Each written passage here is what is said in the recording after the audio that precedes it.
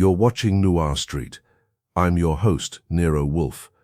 Every story hides a secret, and every shadow hides a clue. Tell us where in the world you're watching from. Subscribe, tap the like button, and join us as we drift into mystery. Chapter 1. Faye. The unveiling. I was in the office with my feet where they didn't belong, and a memorandum pad where it did, trying to persuade a sentence to end before it became a speech. When the bell rang and Fritz went to answer it, Wolfe was upstairs with the orchids, where he belongs from 9 to 11, and where, according to him, human beings are seldom an improvement on plants. Fritz put his head in. A lady and a gentleman. Important, they say. They all say that. Show them in. They entered like people accustomed to rooms making way for them. The woman was around 40, handsome in a hard, expensive style.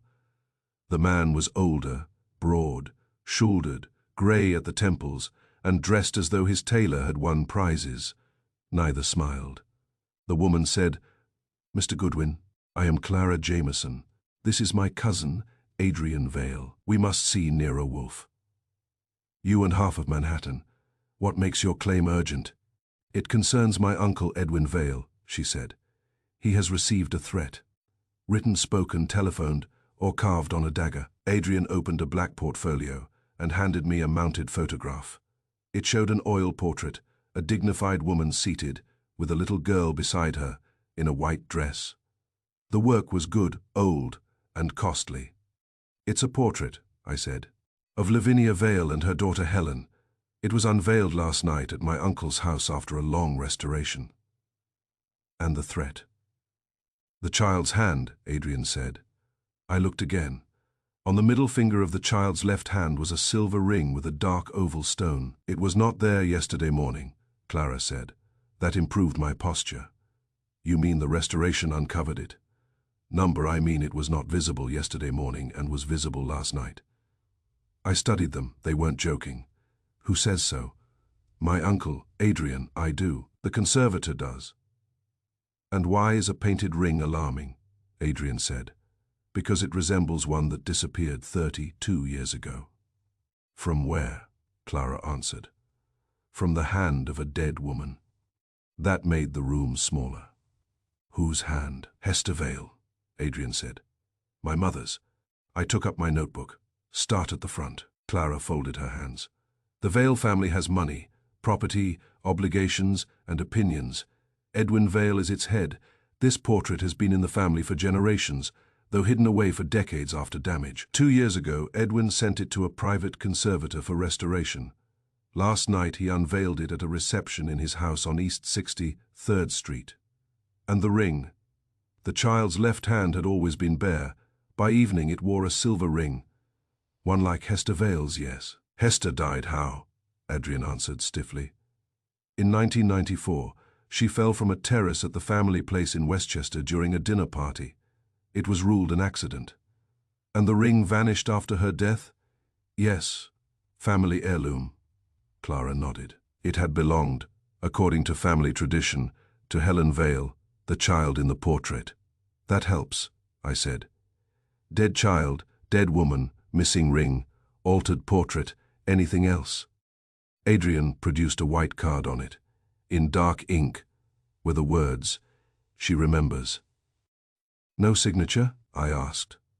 "None," Clara said. "Edwin received it this morning. Police. Number my uncle wants Wolfe first." Then I asked who had access to the portrait before the unveiling. Edwin Vale, the restorer Lydia Rourke, Julian Vale, some servants, Clara, Adrian, enough people for confusion and too many for comfort.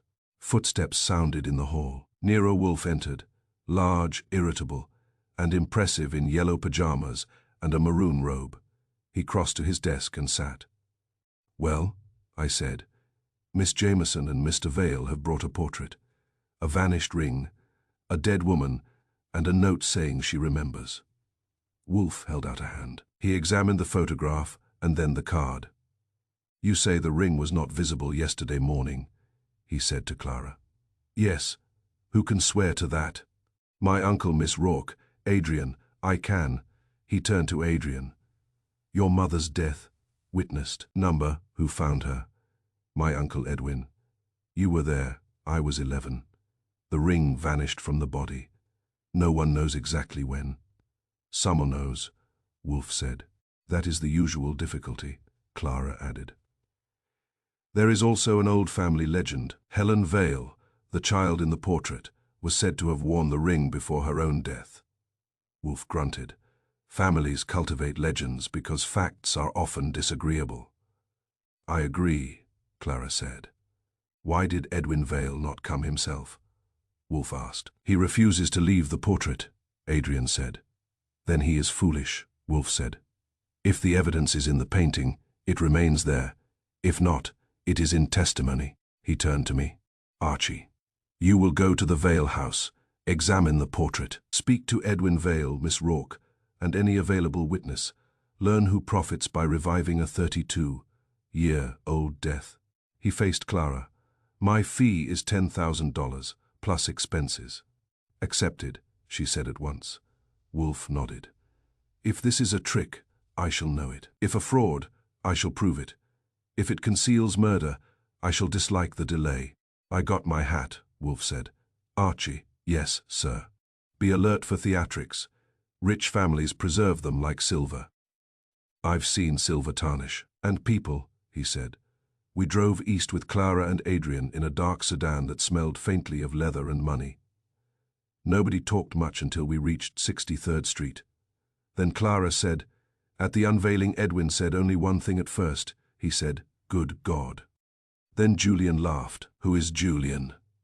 Widwin's son. Why did he laugh? I don't know, Adrian said. Because Julian laughs at the wrong things when frightened. That interested me.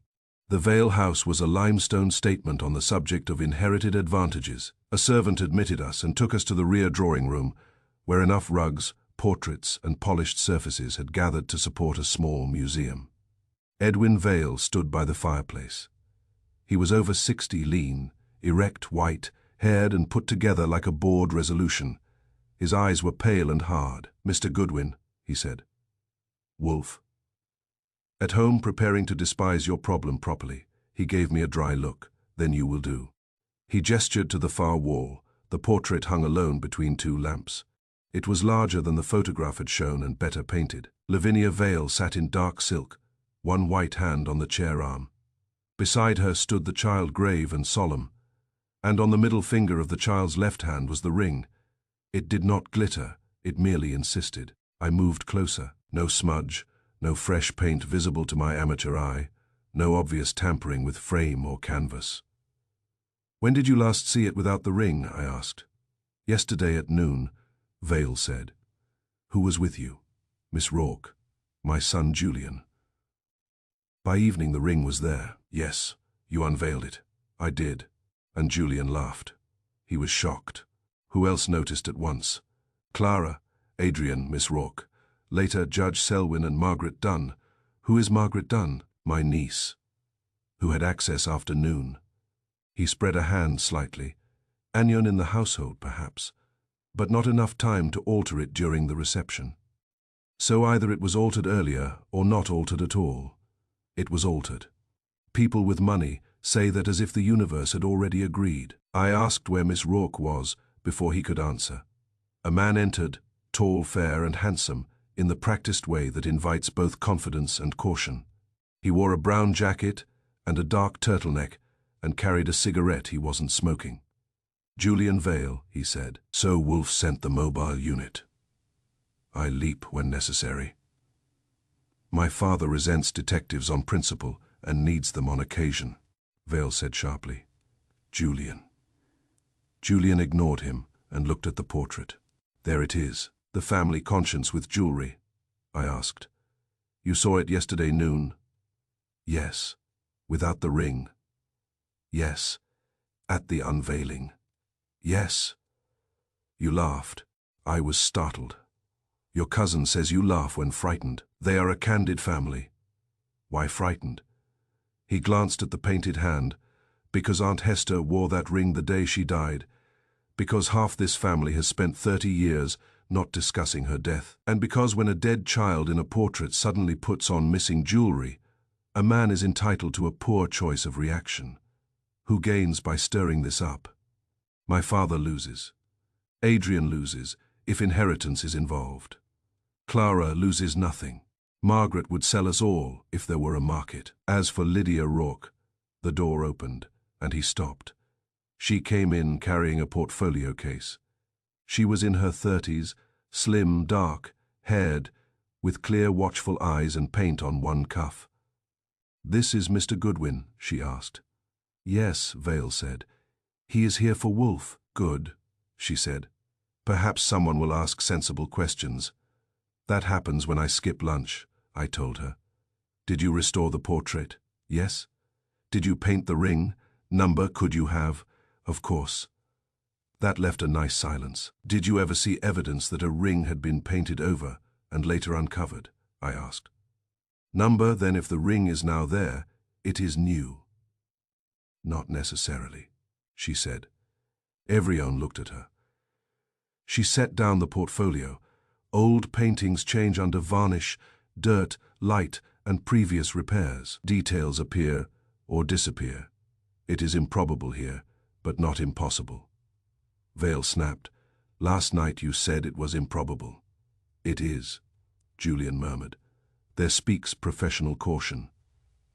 She ignored him. "Mr. Goodwin, I photographed the painting throughout restoration. In every photograph the child's hand was bare. That was the best thing I had heard all afternoon. You have the photographs here?" "Yes." "I want to see them." "With pleasure." She picked up the portfolio and moved toward the door. I turned to Vale. "With your permission." He nodded once. As I followed Lydia Rourke out, I looked back at the portrait. The child's painted eyes were fixed past us all, grave and patient. The ring on her finger was small enough to seem ridiculous and too deliberate to be ignored. That is how trouble often starts. Not with a scream or a pistol shot, but with one thing in a room being exactly where it ought not to be. Chapter 2. Faye whispers after midnight later. After I had seen Lydia Rourke's restoration photographs and heard enough from the Vale household to know that every one of them was either concealing something or practicing for it, I took the sensible step of asking who Maraquin was. Julian Vale, lounging in the morning room with a drink. He had no business earning so early in the day, told me. "She sang last night," he said. "Not formally. Edwin had a quartet, and afterward there was the usual rearrangement of furniture and morals. Mara Quinn is a contralto with a voice like old brandy and a memory people underestimate. Why? Because her name appeared 3 times in separate remarks, and in this house repetition is either family habit or evidence." Julian grinned. "Then it is evidence. She was here late, ask Clara. Women always know who stays after the useful guests leave. Clara, when I found her in a small library, lined with books no one under 40 in that house had ever opened, gave me a straighter answer. Mara is an old friend of Edwin's," she said. "Old enough to be trusted, not close enough to be family. She remained after most of the guests went because Edwin asked her to. He said he wanted a witness with no claim on the Vale inheritance. That was candid of him. He was disturbed. By the portrait, yes, and by Bishop Crane. That was a new card on the table. I have heard his name once already." "You saw it on the guest list." "I did. Why was a bishop at a family unveiling?" She looked at me with a little patience and no amusement. "He is not a diocesan bishop. The title is courtesy and habit. Alistair Crane was once an Episcopal bishop, then resigned in a disagreement that was moral, doctrinal, financial, or romantic, according to the source. Edwin has known him for years. Crane also knew Edwin's father. That gives him seniority and probable access." "Yes, and Mara Quinn heard something." Clara's mouth tightened. "She claims she overheard Edwin and Crane in the gallery after the unveiling. Edwin asked her this morning whether she had heard enough to matter." "Did she?" "I don't know, but she left here before breakfast, looking frightened, and Mara Quinn is not easily frightened." That was enough for me. I took her address, telephoned from the Vale Library, and reached her at an apartment on West End Avenue. She had the kind of voice that arrives before the woman and leaves after her. When I gave my name and Wolf's, she said. "Come at once, before I decide to behave sensibly." So I went. Mara Quinn lived on the 12th floor in 3 rooms that were better arranged than large. There were flowers, books, sheet music, and one painting modern enough to offend Woolf on principle. Mara herself was in a dark green wrapper, with black hair loosely pinned, and a face that might have been called beautiful if it had not already become more interesting than beauty. She was perhaps 45, tall, composed, and carrying fatigue the way some women carry pearls, without apology. "Mr. Goodwin," she said, offering a hand, "you look exactly like the sort of man who hears more than he ought. I work for one who hears what he ought and leaves me the overflow." She almost smiled. "Sit down. I suppose Edwin has sent you." "Not directly. Mr. Woolf is interested in a portrait that has developed opinions. That is one way to put it." She lit a cigarette and sat opposite me. The apartment was quiet, but not empty quiet. The kind in which something has been said recently and is still in the upholstery. I said, "Miss Quinn, I'm told you remained late last night and overheard an exchange between Edwin Vale and Bishop Crane." "I remained because Edwin asked me to. He had the air of a man who expected either collapse or revelation and wanted an audience not related to him. Those are rare." "What time was this?" "Near 11:30. Most of the guests were gone. A few stragglers remained downstairs with drinks and thin voices. The musicians had packed up. I had gone in search of my rap, and instead found a secret. I found a voice first, Edwin's. She drew on the cigarette. The gallery was dim. Only the picture lamps and the sconces were on. I heard him say, "You knew it then, and you know it now." Crane answered. "Yes," he said. "Edwin, for God's sake, not tonight." He sounded shaken, not guilty exactly, frightened of consequences. "Did you see them?" "Not at once. I was in the corridor just outside the gallery. There is a narrow arch there with a Chinese screen beside it. I stopped because Edwin's tone was dangerous. That doesn't surprise me." It surprised Crane. Edwin is usually cold. Last night he was hot enough to melt silver. She took another drag. Then Edwin said, "The painting settles it. They stole more than property. They stole blood and name." I let that sit. "You're certain of the words?" "Absolutely. I am a singer, Mr. Goodwin. I make my living on exact sound." "Then what?" Crane said. "You cannot prove that from pigment and varnish," Edwin said. "I can prove what was hidden. The ring is only the first sign." Then I moved a little, and the screen rustled. Crane turned. He saw me. "What happened?" Wid came to the arch and asked how long I had been there.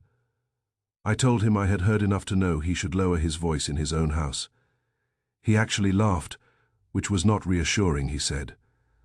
"Then perhaps you should stay a while longer, Mara. By morning there may be need of plain witnesses." Did he explain? Number Bishop Crane asked to leave. Edwin told him he could go after midnight. Could go. Yes. It sounded less like permission than custody. That was interesting enough to improve my breathing. Did Crane leave? I don't know. I went downstairs. Later I saw him in the front hall putting on his coat, but whether he left then or only pretended to, I can't say. Who else was still in the house? She counted on her fingers. Clara, Adrian, Julian. Somewhere. Lydia Rourke, who seemed determined not to lose sight of the portrait. Edwin, of course. 2 servants. And Margaret Dunn for longer than anyone wanted. Margaret is the niece. Yes, pretty brittle, and convinced that life owes her restoration in gold leaf. I nodded. Did you hear any more? Mara hesitated, then said, Only fragments. Later, as I was leaving, I passed the back stairs and heard 2 people arguing below. One was a man, I think Julian. The other may have been Lydia Rourke, though I won't swear to it, the man said. He must not announce it. The woman said, That is no longer your choice.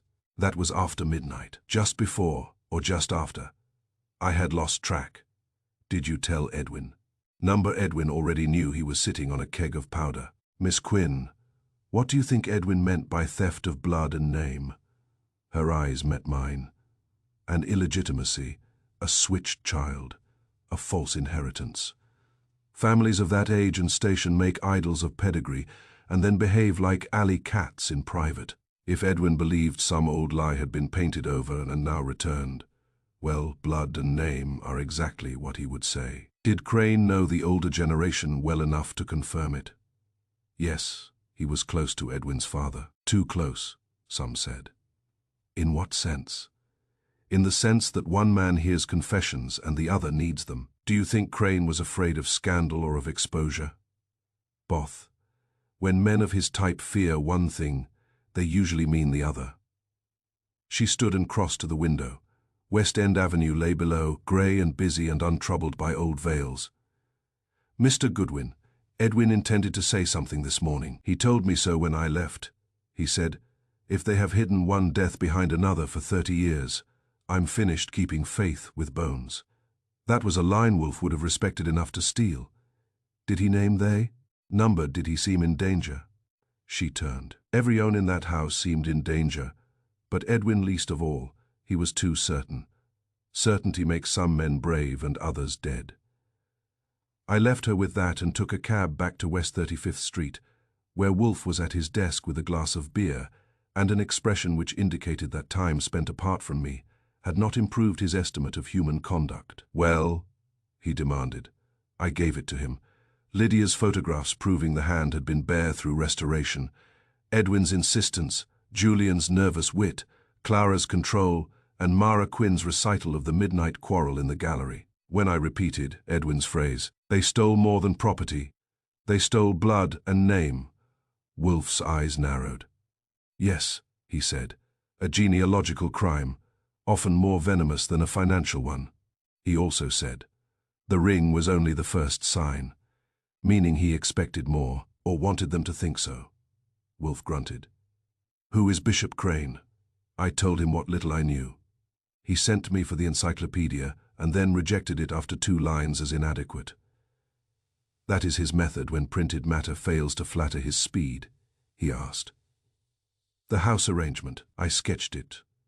Drawing room in the rear, gallery connecting to the central hall, back stairs off a service passage, morning room on the east side, library in front.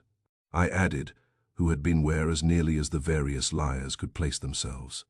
Wolf closed his eyes. Archie, someone believed Edwin Vale might speak in the morning. Someone believed that must be prevented. Our immediate task is to learn whether that person acted before morning, and if so, how. That sounds almost cheerful. It is not cheerful, it is merely shaped. The phone rang. I got it. A man's voice, formal and strained, said, This is Brooks at the Vale residence. Mr. Edwin Vale requests that Mr. Wolf come at once. There has been an incident. What kind of incident? A pause. Bishop Crane has collapsed in the gallery. That made it official. I covered the transmitter and told Wolf. He swore at a volume just below theatrical. Then he pushed back his chair, which is never a casual event, and rose. Foy, put Fritz on the line. Tell him lunch is postponed. Get my coat. What about Crane? Wolf said. If he is dead, delay is irrelevant. If he is not, he has already been inconvenienced. We went.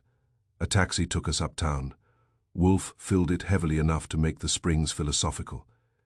He said nothing until we reached Lexington, then asked, The servants, old butler named Brooks, at least 2 maids. A footman type who materializes when silver requires witness. Good servants see family members interpret. That should be engraved somewhere. Do not be vulgar. The Vale house admitted us without ceremony. Brooks met us in the hall, pale and controlled. This way, Mr. Wolf. We entered the gallery. The portrait still hung between the lamps, grave and composed and wearing its silver accusation. Beneath it, on a narrow upholstered bench placed too close to the wall, lay Bishop Alistair Crane. He was in black clerical clothes, with a dark overcoat thrown open. One hand on his chest, the other hanging loose. He was alive. I could see the thin movement at his throat. A doctor knelt beside him, packing instruments back into a case. Clara Jameson stood rigid by the archway. Julian Vale was at the window, smoking hard now. Instead of ornamentally, Lydia Rourke stood with both arms folded, watching everything and everyone. Adrian Vale looked sick. Margaret Dunn, whom I recognized from description alone, was pale blonde and intent in the special way of people who regard tragedy as a mirror. With better lighting, Edwin Vale stood near the fireplace. He turned as we entered. "Mr. Wolfe, thank God." Wolfe's eyes went to Crane, then to the portrait, then to Edwin. What happened? The doctor stood. Syncope, possibly cardiac. He is conscious, but weak. I have sent for an ambulance despite his objections. He should be taken to a hospital. Crane stirred and said in a dry whisper, "No hospital." Wolfe ignored him. "Was he found here?" Widwin answered. "Yes." Brooks heard something fall and came in. Crane was on the floor. The bench had tipped, alone, so far as we know. Wolfe looked at Brooks. "Do you know otherwise?" "No, sir. I had been in the pantry. Miss Dunn had just gone upstairs. Mr. Julian was in the front hall. Miss Rourke had left the gallery, not 2 minutes earlier." Lydia said coolly, "1 minute, perhaps. And Mr. Vale?" Wolfe asked. Tidwin said, "In the library." "Doing what?" "Reading a letter." "From whom?" "My attorney." "Convenient." Wolfe turned. "Archie." I was already moving. The bench had indeed tipped slightly. One leg skewed on the carpet. Near it lay a cane with a silver head, presumably Crane's. I looked without touching. No blood, no broken glass, no dramatic hardware. "Did you come here alone, sir?" Crane opened his eyes. They were pale, feverish, and full of an old intelligence now running short on fuel. "I came to look at it again." "The portrait?" "Yes." "Why?" A pause. "Because Edwin is a fool." "Possibly." That does not answer. Crane's gaze shifted to the painted child's hand. "Because it is not merely a ring." Nobody said anything. Even Margaret Dunn stopped arranging her face. Wolfe stepped closer. "What is it then?" Crane swallowed. "A claim." Edwin Vale made a sound low in his throat. "At last." Crane shut his eyes. "Number not here." Wolfe's voice hardened. "Sir, if you know something relevant to this matter, and withhold it now, you may be killed for your scruples before you can enjoy them. Then perhaps that is fitting." "Chufui." The ambulance men arrived then with efficient feet and no curiosity. They lifted Crane to a stretcher despite his protest. As they carried him out, he opened his eyes once and fixed them on Edwin Vale. "You should have burned it," he said. Tidwin answered, "You should have told the truth." Then Crane was gone. The gallery stayed silent after the doors closed, as if the house itself were listening. Wolfe turned slowly to the assembled faces. "Good. Since melodrama has been provided, we may now pursue fact. No one leaves this house without telling me where he was between 11:30 last night and the moment Bishop Crane collapsed. Today, Mr. Vale, you will oblige. If you do not, I shall go home and let the police stampede your heirlooms." Edwin Vale said, "You shall have whatever you require." Julian flicked ash into a jade bowl that was probably older than the Republic. Lydia Rourke looked at the portrait as if it had become a technical problem. Clara looked at Wolfe with the first faint sign of hope I had seen in her. Adrian Vale looked at the floor, and behind them all, patient above the room, the child in the portrait wore her silver ring and kept her counsel. By then it was well past noon, but the previous midnight had not ended. It had merely stretched itself across the house, through the gallery, through the family name, and into the daylight, where secrets always look less grand and more dangerous. Chapter 3. Fay the body at dawn, if there is anything more depressing than a rich house at dawn, after a night of bad nerves and worse talk. I have not met it. Vale House, which at 11 the previous evening had been glittering with glass, jewelry, and Private Malice, looked by 8 the next morning like a theatre after a fire drill. The flowers were still there, the rug still thick, the silver still polished, but all of it had gone flat. Luxury can survive scandal, but it never carries it gracefully. Wolf had not spent the night there. Nothing short of plague, police occupation, or a municipal order would have kept him from his own bed and breakfast. We had stayed until after Bishop Crane had been taken away, and every person under the Vale roof had been coaxed, prodded, or offended into supplying a first account of his movements. Then we had gone home, where Wolf had eaten cold sliced chicken, ignored my remarks, and ordered me to telephone the Vale house at 7:30 sharp. At 7:26 the telephone rang first. I got it. A man's voice, cracked tight with strain, said, "Mr. Goodwin, this is Brooks. Mr. Edwin Vale is dead." That got me vertical. How? "He is in his study, sir. The door was locked. We forced it." "Who found him?" "I did. Miss Jameson is here, Mr. Julian too. The doctor is on his way. Mr. Wolf must come at once." "I'll bring him," I said. Wolf was already in the doorway of his room upstairs, fully dressed and wearing the expression that means the world has once again behaved exactly as badly as he expected. "I told him," he said only. "Pauvre, a taxi." 20 minutes later we were back on East 63rd Street. The house admitted us with less ceremony than before and more honesty. Brooks led us not to the gallery, but to a front room on the ground floor, smaller than the library and less decorative, though only by local standards. It was called the study, and if Edwin Vale had used it for work rather than posture, he had done so in secret. The door stood open now. One hinge had been splintered where it had been forced inside. The air had the bitter medicinal edge I had learned to distrust. A coal fire had gone low in the grate. The curtains were half drawn. On the desk, beneath the lamp, lay papers, an uncapped fountain pen, a silver letter opener, and one sheet of cream stationery, with 4 words written on it. It was never hers. That was all. Edwin Vale sat in his chair behind the desk, tilted a little to one side as if interrupted while reaching for a final certainty. His head had slumped forward. His skin had the grey cast of a man who has been dead long enough for doctors and relatives to stop pretending. One hand was on the desk blotter, the fingers stiff and slightly curled. Near it stood a small porcelain cup with dark liquid in the bottom, coffee from the smell of it, but not only coffee. A doctor I had not met before stood near the mantel, bag in hand. He turned when we entered. "Mr. Wolf, I am Dr. Harbin.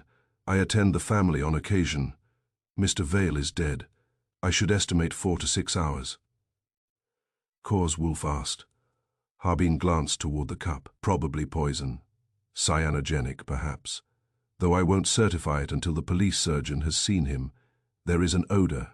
There was indeed. Almonds are charming in pastry and less so in a murder room. Wolf's eyes shifted once around the study.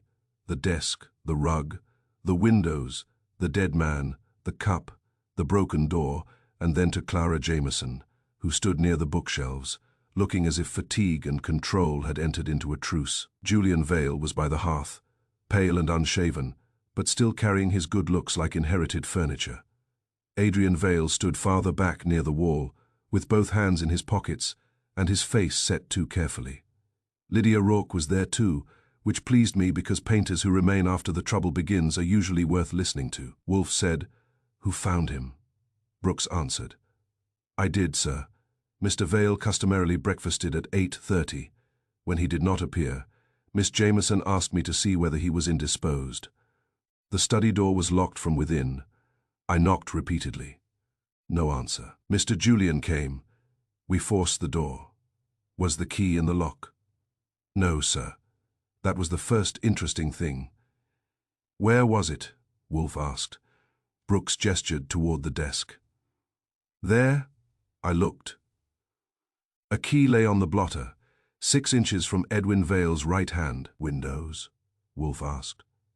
"Fastened," Harbin said. "I examined them. One opens onto the side court, but it was locked.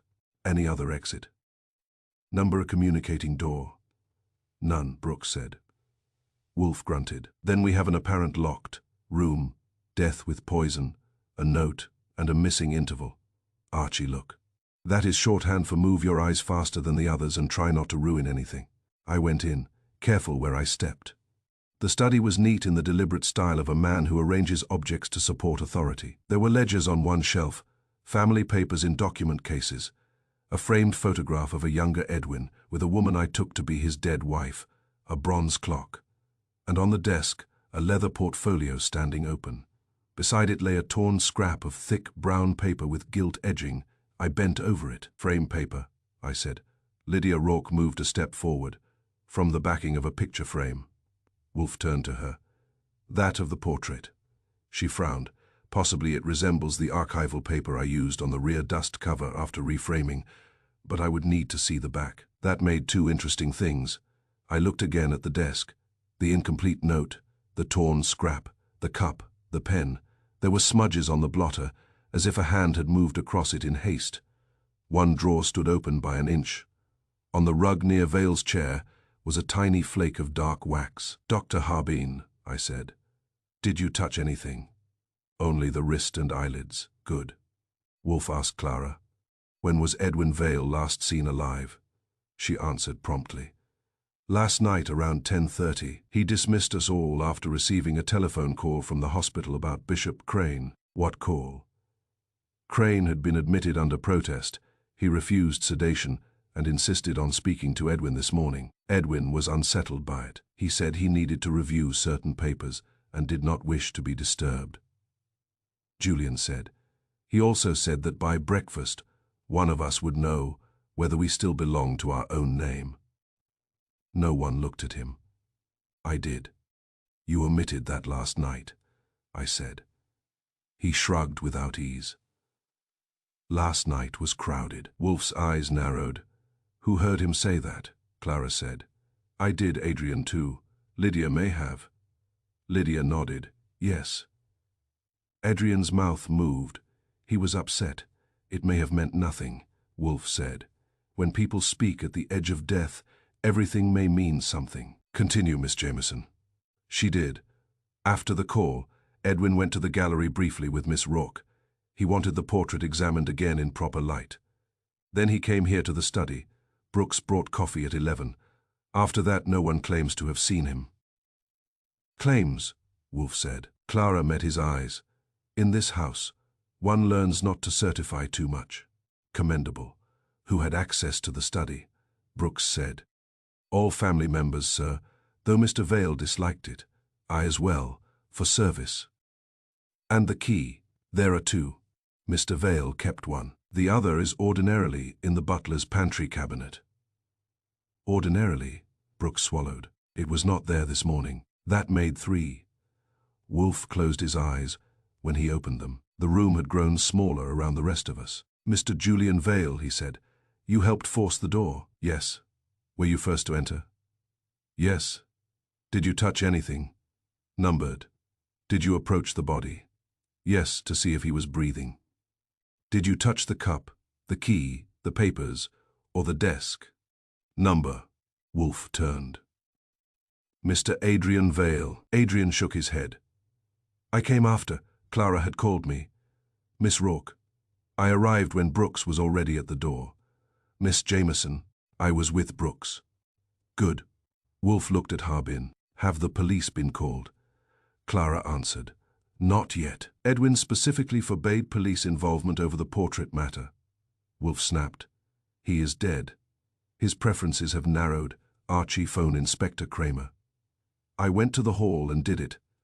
Kramer was not delighted to hear me, which is the natural relation between us. When I told him there was a dead financier, an altered ancestral portrait, a collapsed ex-bishop, and poison in a locked study, he said something unprintable and promised to come at once. Back in the study, Wolf had not moved an inch. That is often when he is most active. He said to Lydia Rourke, You mentioned examining the portrait again last night. Yes. Who was present? Edwin, me, Julian, for part of it, Clara briefly. No one else. At what time? 10:40. 5 perhaps. What did you examine? The paint surface. The child's hand. Edwin wanted to know if the ring had been inserted by a recent hand. I told him again that if it had, it was skillful, but I also told him there was something else. Wolf's gaze sharpened. What else? She took a breath. A faint abrasion at the rear dust paper, very small, near the lower right stretcher bar, as if the frame backing had been lifted and resealed. That brought the scrap on the desk into bright company. "Did you tell Edwin?" Wolf asked. "Yes." "What did he say?" "He said, then someone wanted what was hidden behind it." Julian made a quick sound. "He told me that too." Wolf swung to him. "When?" "After Lydia left the gallery, he said the portrait mattered, now not only for what had appeared on the front, but for what might once have been placed behind it." I said, "Documents." Clara spoke softly. "Family portraits sometimes carried provenance papers, letters, even private memoranda. In old houses, people hide things in frames." Edwin knew that. Wolf nodded once. "And now we have torn frame paper in a poisoned study." Harbin cleared his throat. "Mr. Wolf, if the police are coming, they are. Meanwhile, you may tell us whether poison could have acted swiftly. Very swiftly, depending on the dose. Minutes." "Yes." "So Edwin could have written 4 words and died before completing the sentence." "Certainly." Wolf pointed to the cup. "And if the poison was in the coffee?" "That is likely." "Would he have tasted it?" "Possibly, not necessarily in time." Julian said. "Then Brooks brought him death." Brooks stiffened like a bayonet. Clara said sharply. "Nonsense." Wolf raised a finger. "No conclusions yet, Mr. Brooks, who prepared the coffee." "Cook, sir. I poured it in the pantry and took it up." "Did anyone intercept you?" "No, sir." "Could anyone have done so?" A pause. "In the hall, perhaps, if I had set the tray down, but I do not recall doing so." That was not good enough for Wolf. So naturally, it interested him. Before he could press further, a cry came from the corridor, high, thin, feminine, and sincere. Margaret Dunn appeared at the open door, one hand at her throat. "The portrait," she said. "Something has happened to it again." No one wasted words. We all went. The gallery looked colder in the morning light than it had under lamps. The portrait hung where it had, serene and accusatory. But now even I saw the change at once. The silver ring was still on the child's finger.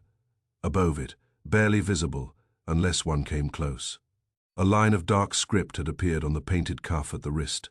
Teeny letters, as if a message had bled through varnish from another century. Lydia Rourke pushed past me, stared and said under her breath, "Impossible." Wolf said, "Read it." She moved close, bent and then straightened very slowly. "It says," she murmured, "not Helen." Nobody spoke. Then Julian laughed once, a broken little sound that had no mirth in it at all. Adrian went white clear through. Clara gripped the back of a chair until her knuckles showed. Wolf said, "Miss Rourke, are you telling me those words were not visible last night?" "They were not. Can paint do this by itself? Number good." "I detest miracles." He turned slowly and surveyed the room, the family, the servants hovering at the threshold, the portrait, the house itself with its rugs and money and old lies. "The matter clarifies," he said. "Mr. Vale believed the altered portrait exposed a theft of identity. He examined the frame backing and thought something hidden there had been removed. In the night he entered his locked study, prepared either to accuse someone or to confirm an accusation, and was poisoned before he could finish a note. This morning the portrait has been altered again, with a phrase intended either to explain or mislead. Therefore the killer is not merely protecting a secret. He is using the painting as a weapon," I said, "that narrows it to everyone with nerve, access, and a taste for melodrama." Wolf ignored me. "Archie, the back of the painting now." Lydia was already nodding. "We'll need tools. Jet them." She went for them herself, which scored in her favor. The rest of us waited.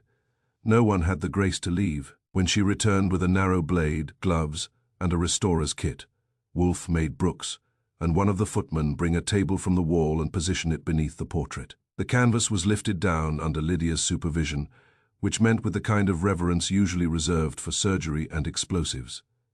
She turned it carefully. The back told its own story. The dust paper had indeed been cut and resealed at one lower corner. Now the seal was broken again more roughly. Lydia lifted the torn flap. Inside the frame backing there was a flat concealed pocket made of older paper, browned and brittle with age. It was empty, but not entirely. Caught in one fold remained a torn fragment of thin stationery with 3 words still legible in faded ink. "The child lives." Lydia stared at it. Clara made a soft sound. Adrian stepped back as if the words had heat. Wolf said, "Do not touch it." I didn't need the instruction. Inspector Kramer arrived at that moment with Sergeant Purley and 2 men, filling the gallery with official weight and immediate bad temper. Kramer took one look at the canvas on the table, the gathered faces and me, and said, "Good God, Goodwin, every time I think you've reached the top of foolishness, you build a stair. Morning to you too, Inspector." He turned on Wolf. "What have you done?" "Very little," Wolf said. "The murderer has been industrious enough for all of us." Kramer's eyes swept the portrait, the exposed backing, the paper fragment, and finally the study visible through the open doors beyond. "Start talking." Wolf settled into a chair someone had the sense to place for him. "A man is dead by poison, in a locked study. A family portrait has been altered twice in less than 12 hours, first by the appearance of a ring, then by the words, 'Not Helen.' Behind the frame was a concealed paper pocket from which something has recently been removed. The dead man left an incomplete note. It was never hers. There is, additionally, this surviving fragment." He pointed. "You may read it when photographed." Kramer stared at the fragment. "The child lives." "Yes, the child who?" "That," Wolf said, "is likely the question for which Edwin Vale was killed." Kramer swore softly. "He does that well," he said. "All right. Nobody leaves. I want statements from everyone." "The servants too," Julian said. "You'll need more paper." "I've got it," Kramer snapped. Wolf rose, which in him is always a declaration. "Inspector, I advise particular attention to 3 points: the missing duplicate key to the study, the coffee delivered at 11, and the possibility that whatever was removed from behind the portrait was brought to Edwin Vale after Bishop Crane collapsed." Kramer looked at him hard. "You know who did it, number, but you smell direction." "I smell fear. It is stronger than the poison." I looked at the portrait again. The child's face had not changed. Of course, neither had the painted mother's hand or the ribbon. Only the ring and those 2 dark words at the cuff, "Not Helen." It was no longer a question of whether the portrait mattered. A man had died in a locked room with poison in his cup and family truth on his desk. Whatever had changed in the painting had crossed from symbol to weapon, and whoever had done it had nerve enough to go on using it even after one death. In a house like that, with old money and older pride, murder is seldom committed merely to stop a fact. More often it is committed to keep a fact from changing its proper address. And somewhere between the empty pocket behind the frame, the dead man's unfinished note, and the words "The child lives," there was a name that belonged to one person and had been worn all these years by another. Chapter 4. Fay beneath the overpaint by 10. 30 The Vale House had acquired that full ripe atmosphere which only police, grief, and family dignity can produce together. Inspector Kramer had men at the doors, men in the hall, and men making notes in rooms where the furniture cost more than their annual salaries. Brooks the butler had become a grey, efficient ghost. Margaret Dunn had taken to smelling salts as if they were constitutional rights. Julian smoked through nerves and Adrian through silence. Clara Jameson had stopped pretending she was merely a spectator. Lydia Rourke had paint under one fingernail and murder in her eyes. Not because she had done it, but because someone had made a mockery of her craft. Wolf, planted in a chair in the library, because no room in the house had yet been designed to suit him, was receiving reports as though Vale House were a tributary state, and he had come to revise its tax schedule. Kramer disliked that, which improved Wolf's temper. I came in from the gallery with Lydia Rourke and said, "The photographs are in order, and the frame fragment has been bagged. Also, Miss Rourke has remembered a fact which either helps or explodes." Wolf opened his eyes. "Explode first." Lydia sat, but on the edge of the chair, a woman who would have preferred to remain standing over damaged canvas. "There is someone you need to speak to. His name is Silas Rowe. That got Kramer's head up." "Who?" "A picture man," she said. "Restoration, backing, old frames, private handling. He works quietly because he charges more than honesty and less than reputation. I used him 3 weeks ago on the Vale portrait." "Widwin Vale's death having removed his right to object," she said it calmly. Wolf's gaze sharpened. "You used him without telling Mr. Vale?" "Yes." "Why?" "Because I found something under the overpaint on the child's left hand. Something I did not want to expose until I knew whether it was original, later interference, or merely damage. Rowe has better eyes for buried paint than any man in New York." Kramer barked. "And you didn't mention this before." She turned to him. "Inspector, until this morning, I was concerned with my professional position. Since breakfast, I have progressed to murder." "I liked that." "Kramer didn't," Wolf said. "What did he find?" "He examined the hand under magnification and solvent tests. He told me the ring was not added recently at all. He believed it had been there in the original composition and had later been painted out." "That sat in the room like a loaded package," I said. "Meaning our little silver trinket is not a new fraud, but an old suppression." "Yes," Lydia said. "If Rowe is right." Wolf's lips moved. That is his version of a smile when the universe has finally done something halfway competent. Then the sequence alters. Someone in the past buried the truth. Someone in the present uncovered it. Continue. I told Rowe to go no further until after the unveiling. Edwin was impatient enough already, and I had not yet decided how to present it. Then, after the gala, when the ring was plainly visible and Edwin grew alarmed, I meant to tell him everything this morning. I no longer had the chance. Kramer said, "You kept this from everybody while the house filled up with dead men." "There has been only one dead man so far," Lydia said. "The bishop is still inconveniently alive." I put in, "Where is Rowe?" "On 10th Avenue, above a frame warehouse, in 2 rooms he calls a studio, because it would insult paint to call it an office." Wolf turned to me. "Go get him," Kramer said. "One of my men goes too." "Certainly," Wolf said. "I am not abducting a conservator." I went with Sergeant Purley on the drive downtown. Purley said, "Goodwin, one of these days you're going to catch a nice clean shooting and miss all this varnish. Don't tempt Providence, it listens badly." Silas Rowe's establishment was over a shop that sold moldings to people who believed sentiment should be gilded. He opened the door himself after I knocked twice and threatened a third. He was around 60, spare, stooped from looking too closely at things, with nicotine fingers and a face the color of old walnut. He wore an apron, spectacles, and suspicion. "I'm busy," he said. "You're finished for the moment," I told him. "Archie Goodwin for Nero Wolfe. This is Sergeant Purley.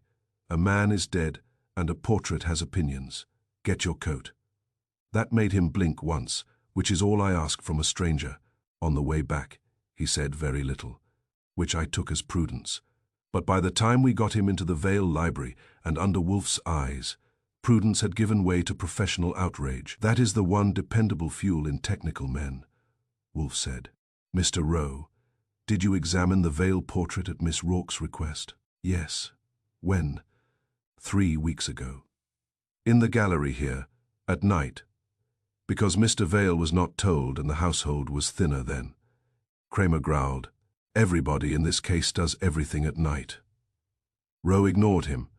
Miss Rourke had found irregularity in the child's left hand. Under surface varnish and later retouching there was resistance where none ought to be. I examined it under raking light and with ultraviolet. There had been intervention, old, competent, and deliberate. "Describe it," Wolfe said. "Simonon years ago, possibly decades, had painted over an existing ring. Not crudely, properly. Thin layers, adjusted to skin tone and shadow. Good enough to pass in ordinary viewing, bad enough to offend a careful eye. Could the ring be original to the artist? Yes, more likely than not. Did you remove the overpaint? Rowe took off his spectacles, wiped them, replaced them, and answered like a man reciting under oath before the god of solvents. I did not add the ring, I uncovered it. Or rather, I began the uncovering. The work was delicate. I took down enough of the later overpaint to establish the presence of the original silver band and dark stone. Miss Rourke stopped me there. Lydia said, because I wanted photographs before proceeding. Then what appeared at the gala was not new deception, but the return of a truth someone had once buried. Yes, Rowe said. Exactly. Kramer asked. And you didn't tell Edwin Vale? I was not hired by Edwin Vale, Rowe said. I was hired by Miss Rourke, and she told me to keep my mouth shut. I do good work for clients. Inspector, I do not improve it with chatter, Wolf said. Was the ring the only thing painted over? Rowe hesitated. That woke up every face in the room, Wolf said, softly. Sir. There was a second matter, Rowe admitted. A faint inscription near the child, not visible from the front then, not enough. But under imaging, and from disturbance in the paint layers, I concluded that lettering once existed along the painted cuff or beside it. Later glazes and varnish had obscured it. The words now visible, I asked. Not Helen. He looked at me. I didn't see those exact words then. I saw traces only enough to suspect letters. Wolf's lids lowered. Did you investigate the back of the frame? Yes, Miss Rourke asked me to examine whether the current backing was original. It was not. The frame had been opened in perhaps the 1930s or 40s and resealed. There was evidence of a concealed paper pocket between backing and stretcher. Kramer slapped a palm on his knee. So you knew there was something hidden behind it? I knew there had been, Rowe corrected. I did not open it, Miss Rourke told me not to, Lydia said evenly. Because once I knew there had been a hidden compartment, I intended to tell Edwin in daylight and with witnesses. Very wise, I said, except for the daylight. No one thanked me. Wolf leaned back. Mr. Rowe, in your professional opinion, why would someone in the past paint out a child's ring and obscure associated lettering? He answered at once. To change identity. Even Kramer let that pass without interruption. Rowe continued. Portraits in such families are records, not mere decoration. A ring, a brooch, a ribbon color, an inscription. These can identify inheritance, legitimacy, maternal line, memorial intent, remove one object, soften one line, and within a generation the picture says something else. With documents to support the new reading, the old one dies. Clara Jameson, who had been silent for 10 minutes, which for a woman of her intelligence and self-command was practically heroic, said blood and name. Rowe turned toward her. Exactly. Wolf asked, could the inscription have specified parentage? Yes. Or distinction between two children of similar appearance. Families reuse names, painters label by clues. If the words now visible are indeed not Helen, then the portrait may have been altered to identify one child as another. Julian by the fireplace said softly. A substitution, Adrian snapped. Don't be theatrical. Julian looked at him. In this house we're past hope. Wolf ignored them. Mr. Rowe, did you leave any notes, photographs, or reports? I made technical notes. They are in my case. He had brought a flat leather case with him, Pearlie, after a glance from Kramer, handed it over. Inside were onion skin notes, 2 black and white prints, and 1 transparency. Wolf does not handle such things unless compelled, so I took them and spread them on a side table. One print showed the child's hand before cleaning, bare, innocent, false. The second, under harsh angled light, showed a suggestion beneath the surface, an oval stone half buried, and the band, the transparency, when held to the lamp, showed faint marks near the wrist and sleeve, not readable but present. Good, Wolf said. Very good, Kramer growled. What's good about it? That our murderer's motive improves. Kramer stared at him. You call that good? I call it intelligible. A human being may kill for money, jealousy, panic, or fear of exposure. When one of these is isolated, the investigation becomes less dependent on luck, which you dislike almost as much as I do. Kramer grunted. That was nearly agreement, I said. There's more. Edwin's unfinished note. It was never hers. If the ring belonged not to Helen but to another child, the sentence fits. Wolf's eyes came to me. Yes, or to another woman. But yes, it inclines that way, Clara said. Then whoever altered the portrait in the past was erasing the true child. Or elevating a false one, Wolf said. Those are the same act viewed from opposite ends of greed. Kramer turned to the family. All right, which one of you knows there were 2 children? Nobody answered. It was a bad silence because it carried memory. Then Bishop Crane saved them the trouble. He did not enter dramatically. He looked too ill for drama. Brooks ushered him in from the hall. A black-coated figure leaning on his silver-headed cane, his face chalky from hospital escape and stubbornness. If guilt weakens a man, secrecy sometimes keeps him alive, just long enough to confess at the least convenient moment. Clara half rose. Bishop, you should not be here. I should have been here 30 years sooner, he said. Kramer went at him. Who let you out of the hospital? Providence, incompetence, and dislike of being guarded. Wolf pointed to a chair. Sit, speak, briefly if possible, truthfully if not. Crane sat with visible effort. His eyes went first to the row photographs, then to the faces of the Vales, and finally to the floor. There were 2 infants, he said. Nobody moved. Nobody breathed noticeably. Even Julian set down his cigarette. Crane continued in a dry voice worn almost transparent. In the summer of 1892, Helen Vale died of fever at the country house. She was not the only child there. A second girl, born the same year to a woman employed in the household, was also present. The resemblance was remarked upon. More than remarked upon, in fact, Clara said. My God. Crane nodded without looking at her. Lavinia Vale had reasons, social, legal, and monstrous, for wanting a daughter to remain where a dead one had been.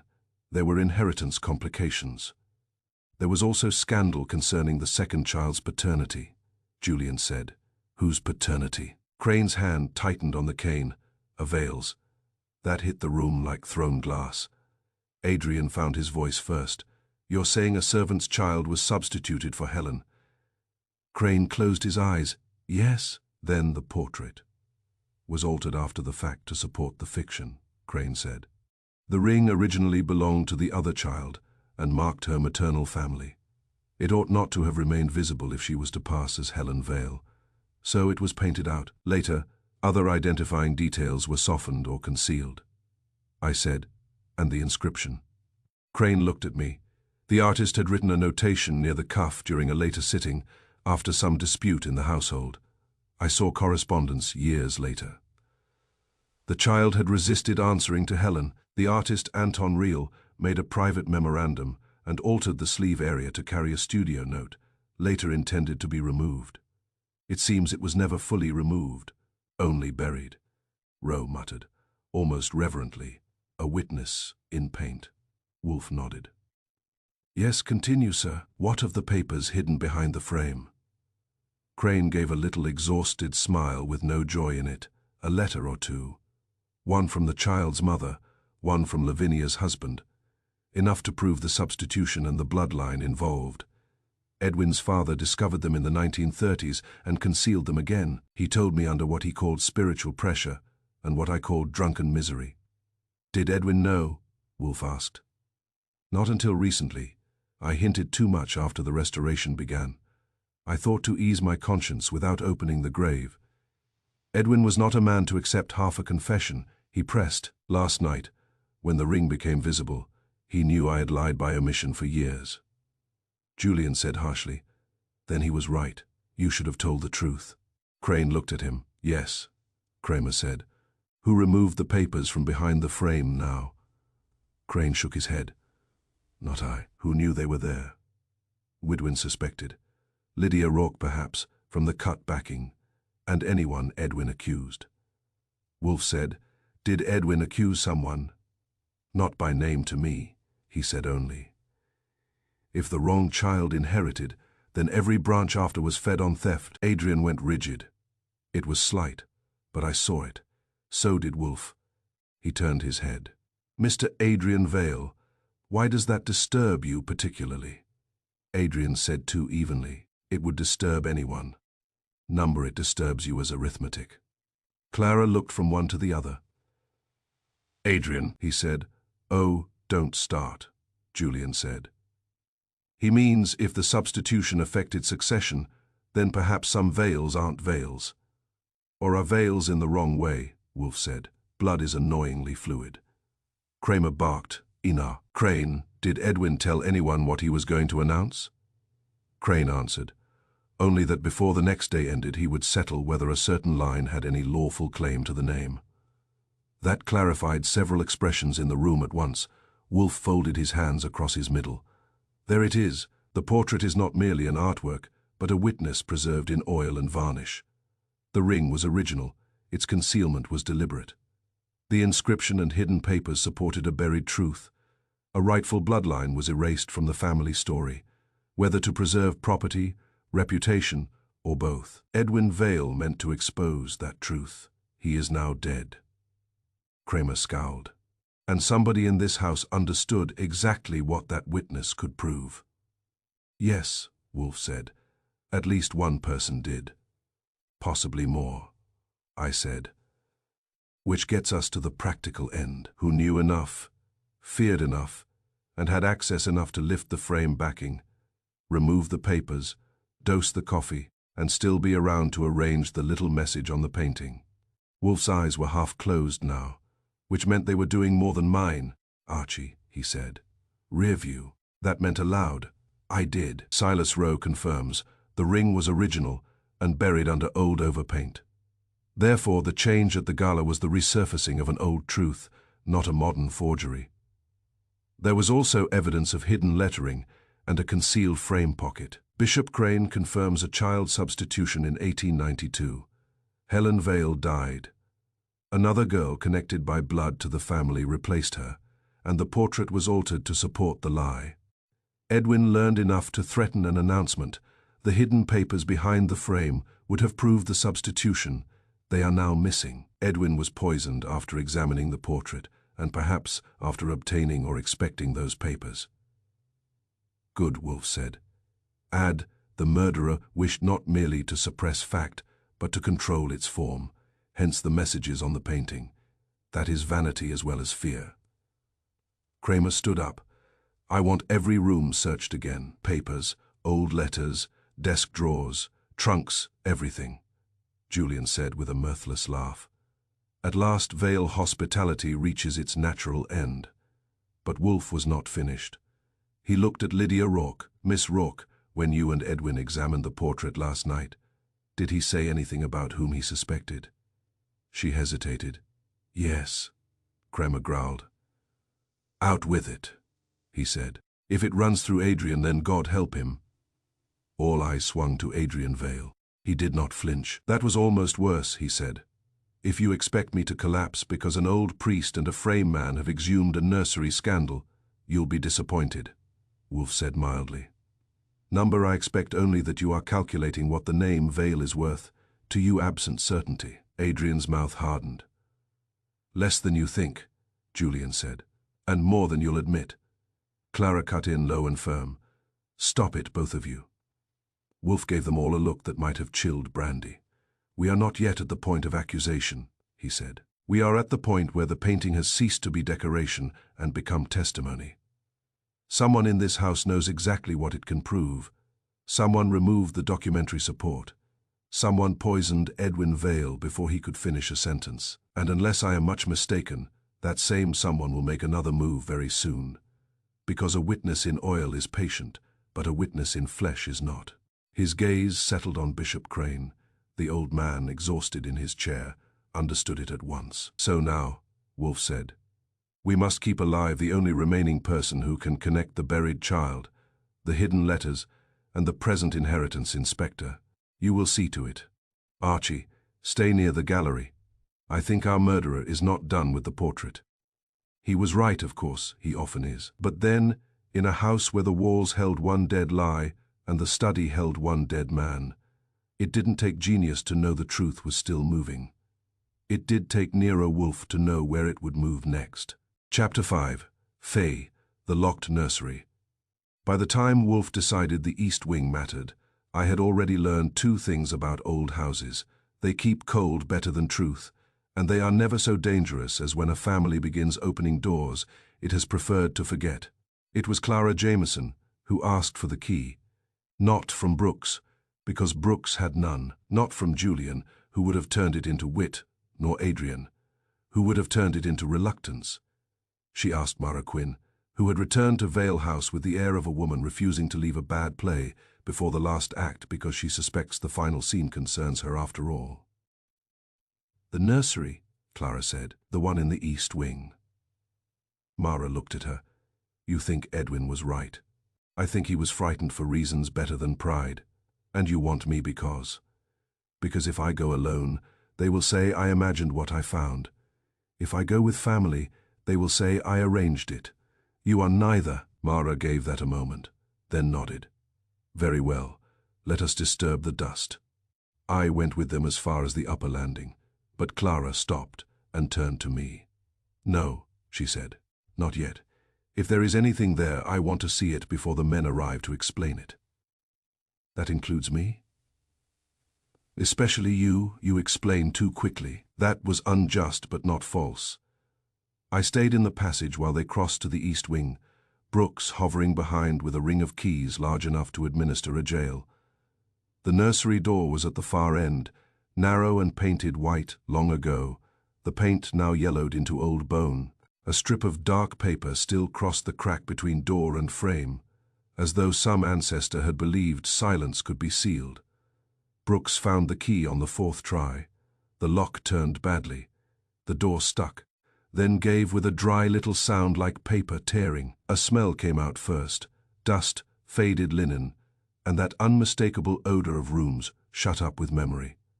Mara said softly, "Good Lord." I could see only part of it from where I stood. A nursery once large and cheerful, now pale and abandoned. The wallpaper showed children with hoops and dogs and impossible cheeks. There was a white iron bed, a rocking horse with one ear missing, shelves of cracked picture books, and a window seat under curtains stiff with age. No one had lived there for decades, but somebody had kept it from being touched. That was not neglect. It was preservation by refusal. Clara moved slowly, as if afraid the room might object. "There was another child," she said. Mara answered. "There was certainly another room." On a small table by the bed lay a china cup, a tarnished rattle, and a child's brush with pale hairs still caught in it. Nothing dramatic. In a mystery house, the plain objects are often worse. A child's life had been removed from the family story, but not from the furniture. Clara crossed to a built-in cabinet and opened it. Inside were folded baby clothes, yellow, with time, and a blanket monogrammed, not with an H for Helen, but with a stitched A. Amara said. Clara's face changed. Anna, that name had floated once already in the house, lightly and with resistance. Anna Vale, a collateral aunt, long dead and seldom mentioned. Now she had initials in linen. From the corridor, I said, "Do I come in yet? Or are you saving the revelation for a matinee?" "Come," Clara said. I entered. Dust rose underfoot and drifted in the weak light. On the wall opposite the bed hung a rectangle paler than the wallpaper around it. A picture had once been there and had been removed.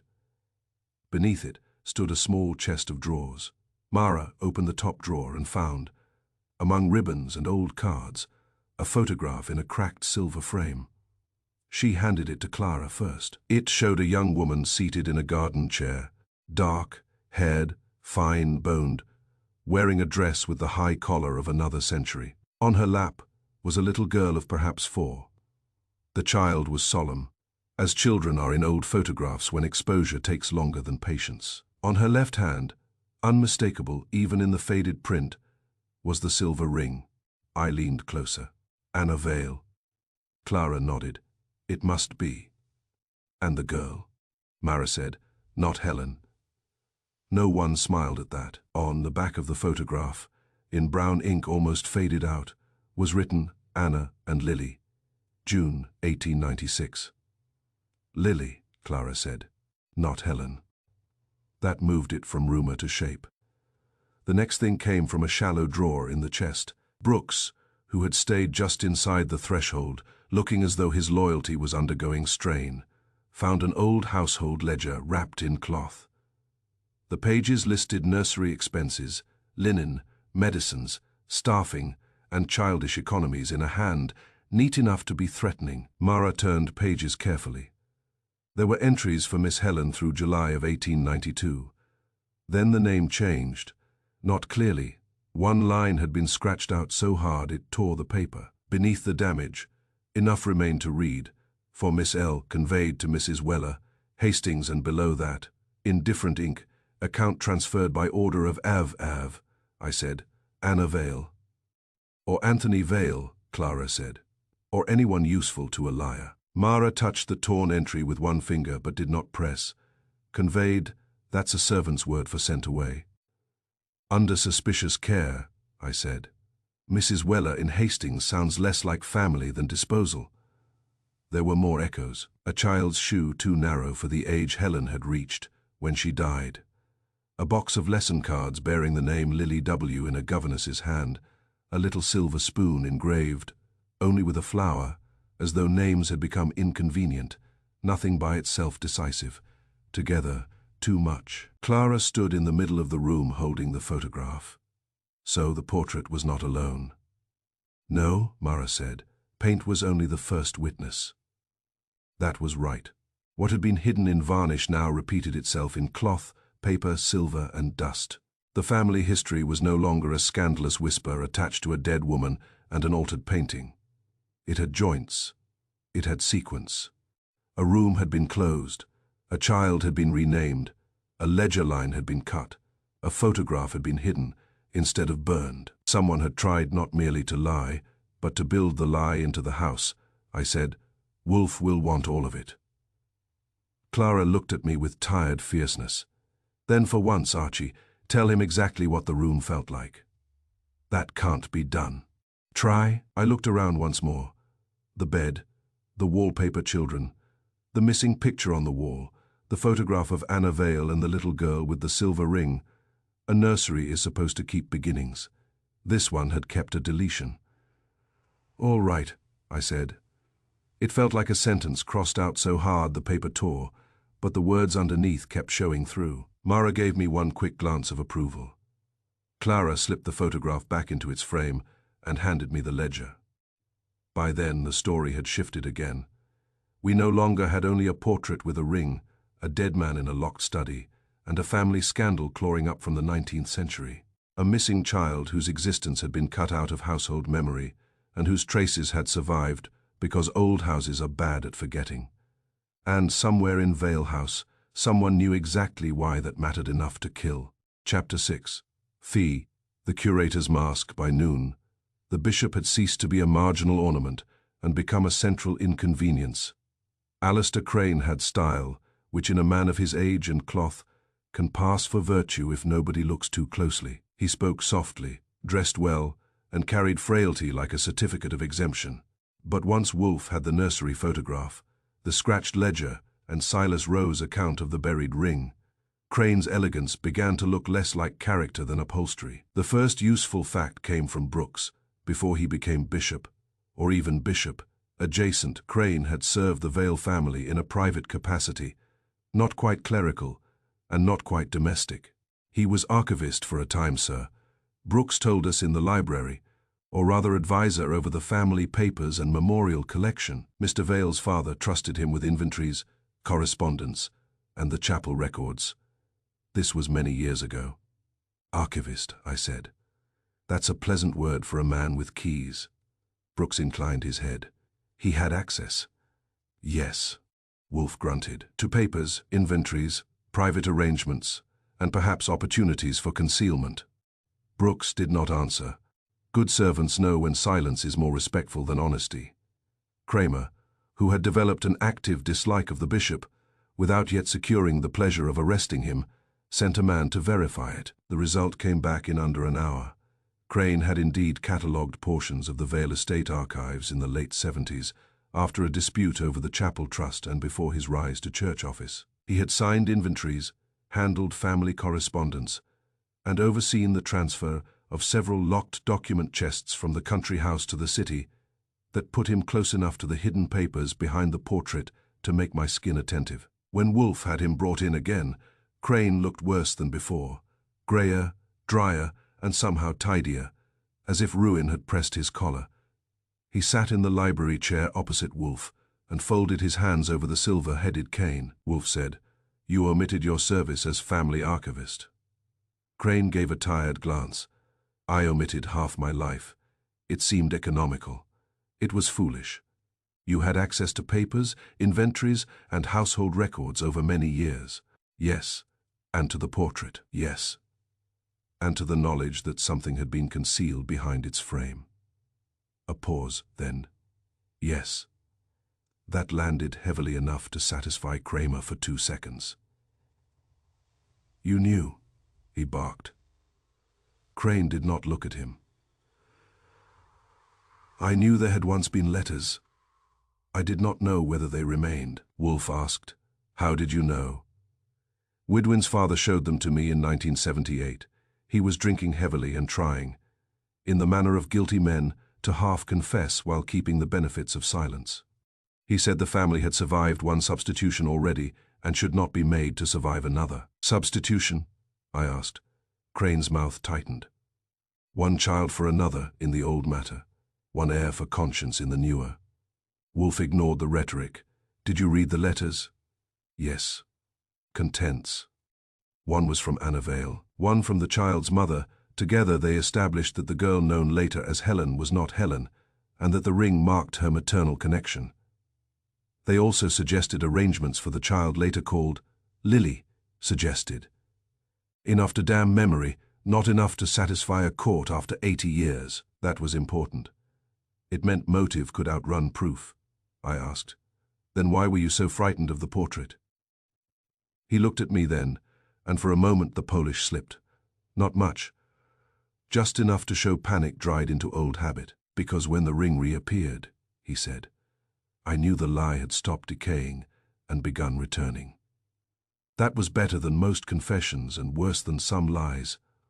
Wolf said, "Social fear, financial fear, or personal?" Crane answered too slowly. "All three." Mara Quinn, who had been standing by the mantel listening with her head slightly bent, spoke for the first time.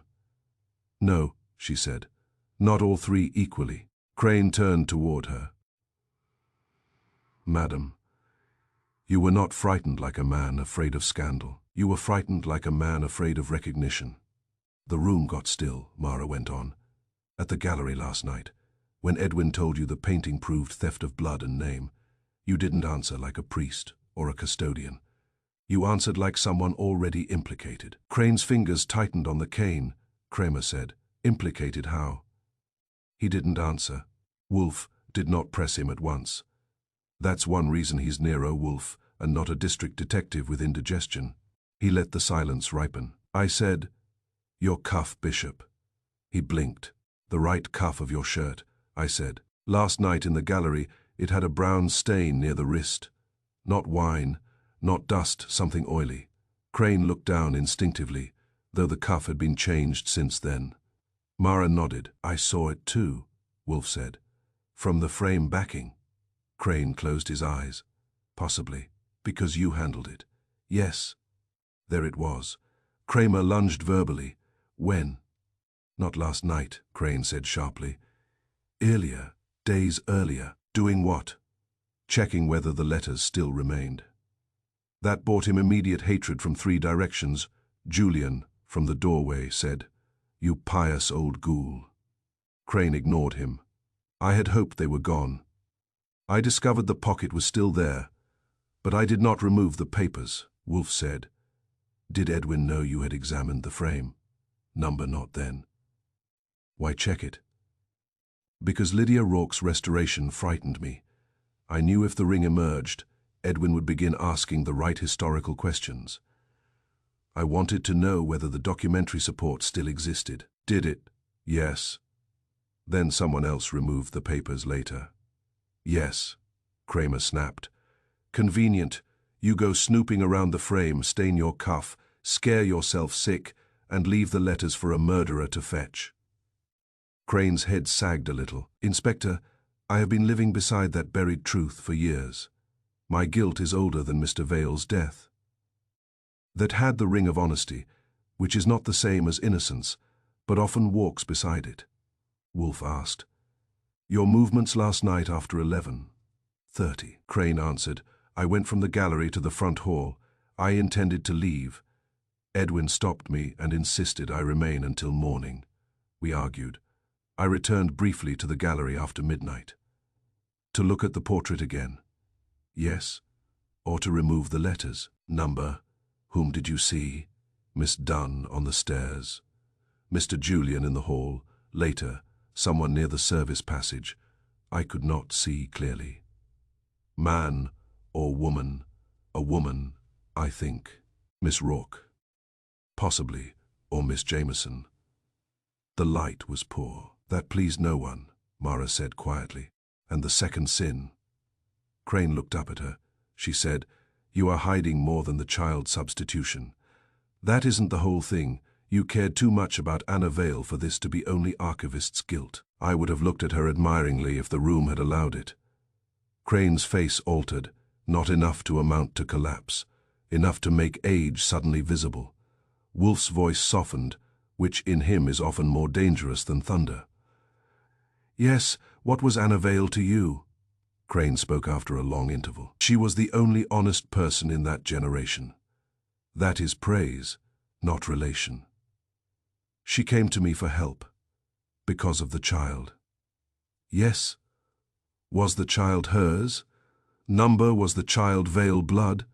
Another pause. Then, yes. Julian muttered something unfit for upholstery. Wolf said, Did Anna seek to protect the child or erase her? Protect her, Crane said. At first, then she failed or yielded. In families such as this, the distinction is often clerical. Mara's eyes stayed on him. You loved her. Crane did not answer. He didn't need to. That was the extra layer. Not one sin, but several. Silence over the child, concealment of the letters, loyalty to Anna Vale beyond prudence. Years of living beside the same buried truth and persuading himself that delay was mercy. Kramer said, Did you kill Edwin Vale? Numbered, did you poison his coffee? Numbered, did you enter his study? Number, you expect me to believe that? Crane turned his head. Number, I expect you to verify it. That was either brave or exhausted. Wolf leaned back. Archie, I knew what he wanted. Crane had access, motive to suppress the letters, prior contact with the frame, a stained cuff consistent with backing paper or old adhesive, and late, night movements near the gallery. He feared the portrait personally, not merely socially, but his guilt attaches to concealment over years, not necessarily to the murder. Precisely, Wolf said. The distinction matters. Mara nodded once. He has lived beside the truth too long. Murder is usually fresher. Crane actually looked grateful to her for that, which did him no good with Kramer. By then the bishop had become what he truly was. Not the murderer, perhaps, but the curator of the lie. A man who had tended it, trimmed it, and preserved it in the dark, because he believed exposure would destroy the living more thoroughly than silence dishonored the dead. The trouble with such men is that they rarely guard only one secret. And in Vale House, where one hidden child had become one dead patriarch, that meant Crane was still withholding the part most likely to lead to the killer. Chapter 7. Faye, the letter behind the frame by 4 o'clock that afternoon.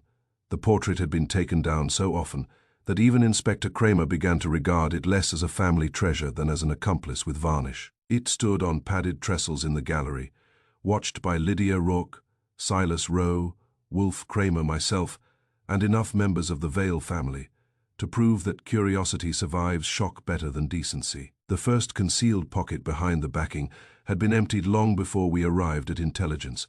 That much was established. But Wolf, having spent 10 minutes staring at the rear stretcher and another 5 saying nothing, had developed one of those quiet certainties which usually make life harder for everyone else. "Again," he said. Rowe frowned. "Mr. Wolf, we've already opened the accessible compartment. You opened the obvious one. I distrust anything obvious in a rich family." Lydia bent closer. "There is another line here." She pointed to the upper rail of the stretcher, where a narrow strip of older paper had been laid under the later backing. It was brittle with age and nearly invisible, except where a corner had curled. Not a compartment exactly. More a sleeve. Rowe took a thin blade, slid it beneath the edge, and eased it up with the tenderness of a surgeon extracting a confession.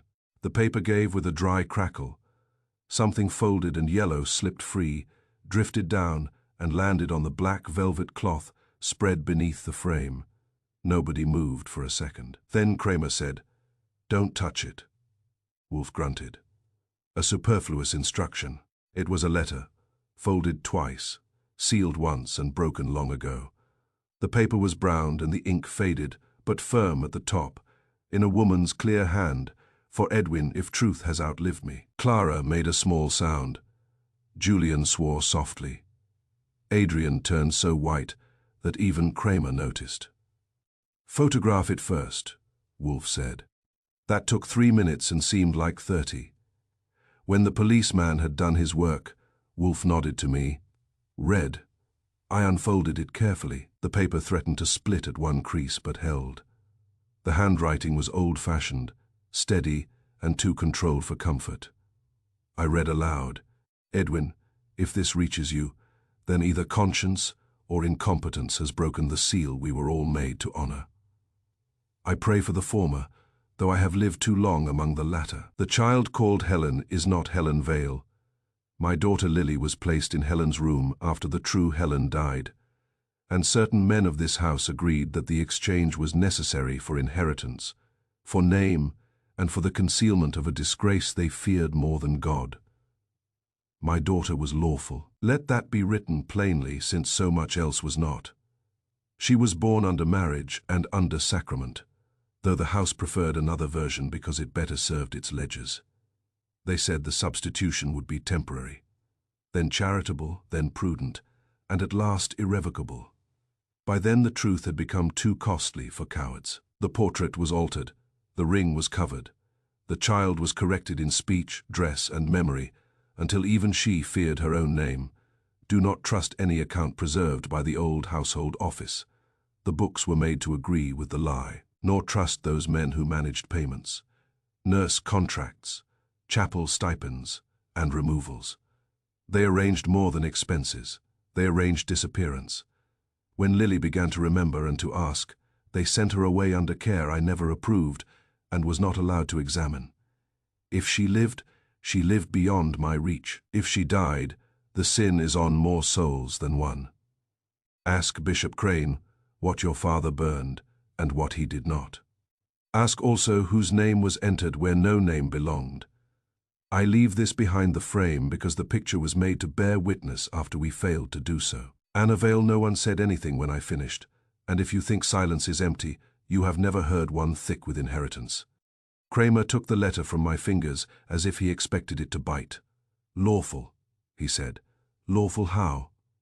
Wolf answered before anyone else could, meaning the child's birth was legitimate, despite the family's contrary convenience. Therefore, the substitution was not merely concealment of bastardy. It was the suppression of a claimant whose legality complicated succession. Julian said, "Good God." "No," Wolf said, "merely arithmetic." Clara had both hands gripped together so tightly they seemed borrowed. Then Anna wasn't confessing shame. She was protesting theft. "Yes," Wolf said, "of blood and name, exactly as Edwin told Crane." Adrian spoke then, too quickly. "This proves only that Anna believed it." Wolf turned his head. Naturally, it is a letter, not Sinai, but it confirms pattern, motive, and method that is ample for one page. Kramer was rereading the middle lines. Old household office accounts, payments, nurse contracts, removals. He looked up. Brooks.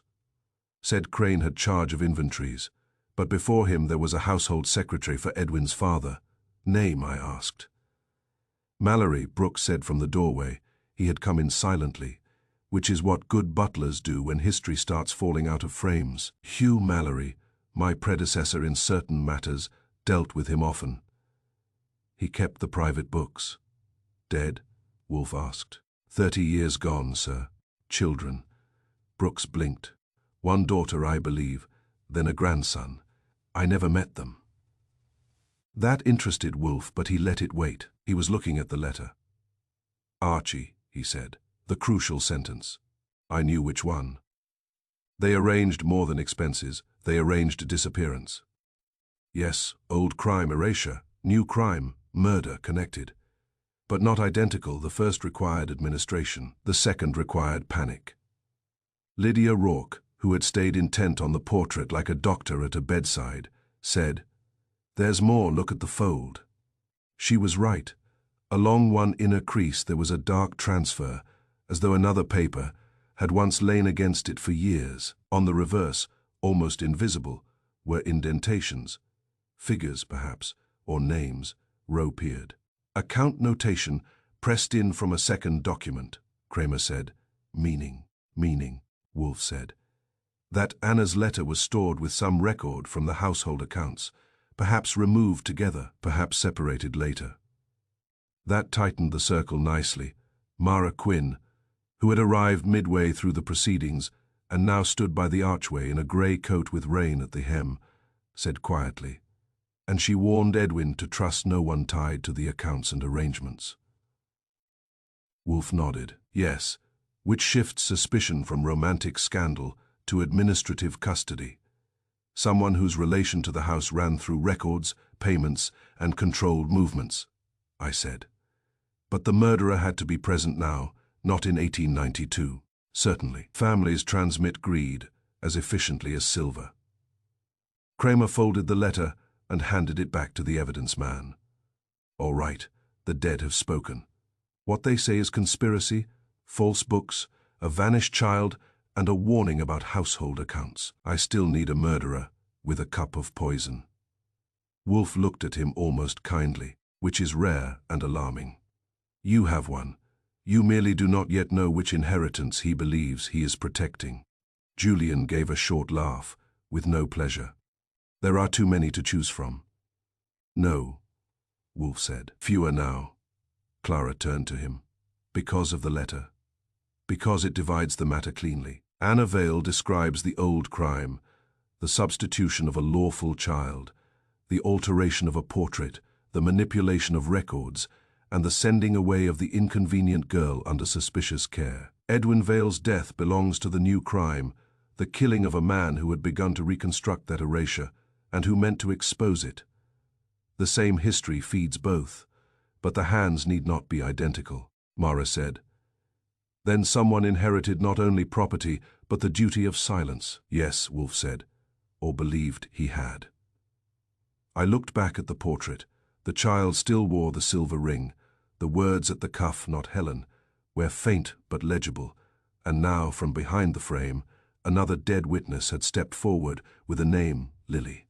That is the thing about old lies. People imagine them safely buried because the principals are dead. The ink is faded, and the furniture has settled. But paper persists, paint persists, rooms persist. Even language persists, waiting for one person foolish or brave enough to read it aloud. Kramer straightened. I want a full search of the old household books. Everything tied to accounts, stipends, wages, removals, nurse records, all of it. Brooks said. There is a locked cabinet in the basement records room. Wolf's eyes moved to him. Who has the key? Brooks answered. Mr. Edwin had it. There may be a duplicate in the steward's chest. Find it, Kramer snapped. As Brooks went, Wolf settled deeper in his chair and closed his eyes. That meant the machinery was moving. "I know the signs," I said. "What now?" Without opening his eyes, he answered, "Now the dead have spoken clearly enough to narrow the living. We have Anna Vale's testimony, Edwin's unfinished note, the altered portrait, the nursery evidence, and Bishop Crane's old cowardice. What remains is to determine who in this house, or tied to it, had both present access and ancestral interest in keeping the accounts buried. And the poison. That too." His eyes opened. "But remember, Archie, the murder was committed not merely to silence Edwin. It was committed because the old crime had begun to acquire structure. Pattern terrifies liars more than rumor." He was right, of course. The letter behind the frame had done more than confirm a family cover, upspanning decades. It had arranged the facts into a shape no one could gracefully deny. Anna's daughter had been lawful. Certain men in the house had conspired to make her disappear. The books had been falsified to support it. Edwin had learned enough to threaten exposure and been killed before morning. The mystery had now split cleanly in two, the old crime of erasure and the new crime of murder. The trouble for the murderer was that the two no longer stood apart. They had begun, at last, to point to the same door. Chapter 8. Faye, the false motive. By evening the obvious motive had become so obvious that Wolf distrusted it on sight. Inheritance was the word on everyone's lips, though not all of them used it aloud. The restored portrait, Anna Vale's letter, the nursery ledger, the missing child called Lily. Together they threatened to throw a century of Vale ownership into question. If the wrong child had been preserved under the right name, then descent, entitlement, and possession all began to wobble. It was neat. It was ugly. It was also, Wolf said, too available. Greed, he told me in the front library, while Kramer's men turned the basement records room upside down, is the motive most readily supplied by people who have not yet thought enough. It explains too much and therefore too little. Mara Quinn, seated by the lamp with one ankle crossed over the other, and a face that looked calmer than it had any right to, nodded. Edwin frightened them. Yes, but not in the way money frightens people. Not exactly, I said. You heard him with Crane blood and name. Yes, Mara said. And Crane did not react like a man whose investments were threatened. He reacted like a man who expected to be seen. That was worth preserving.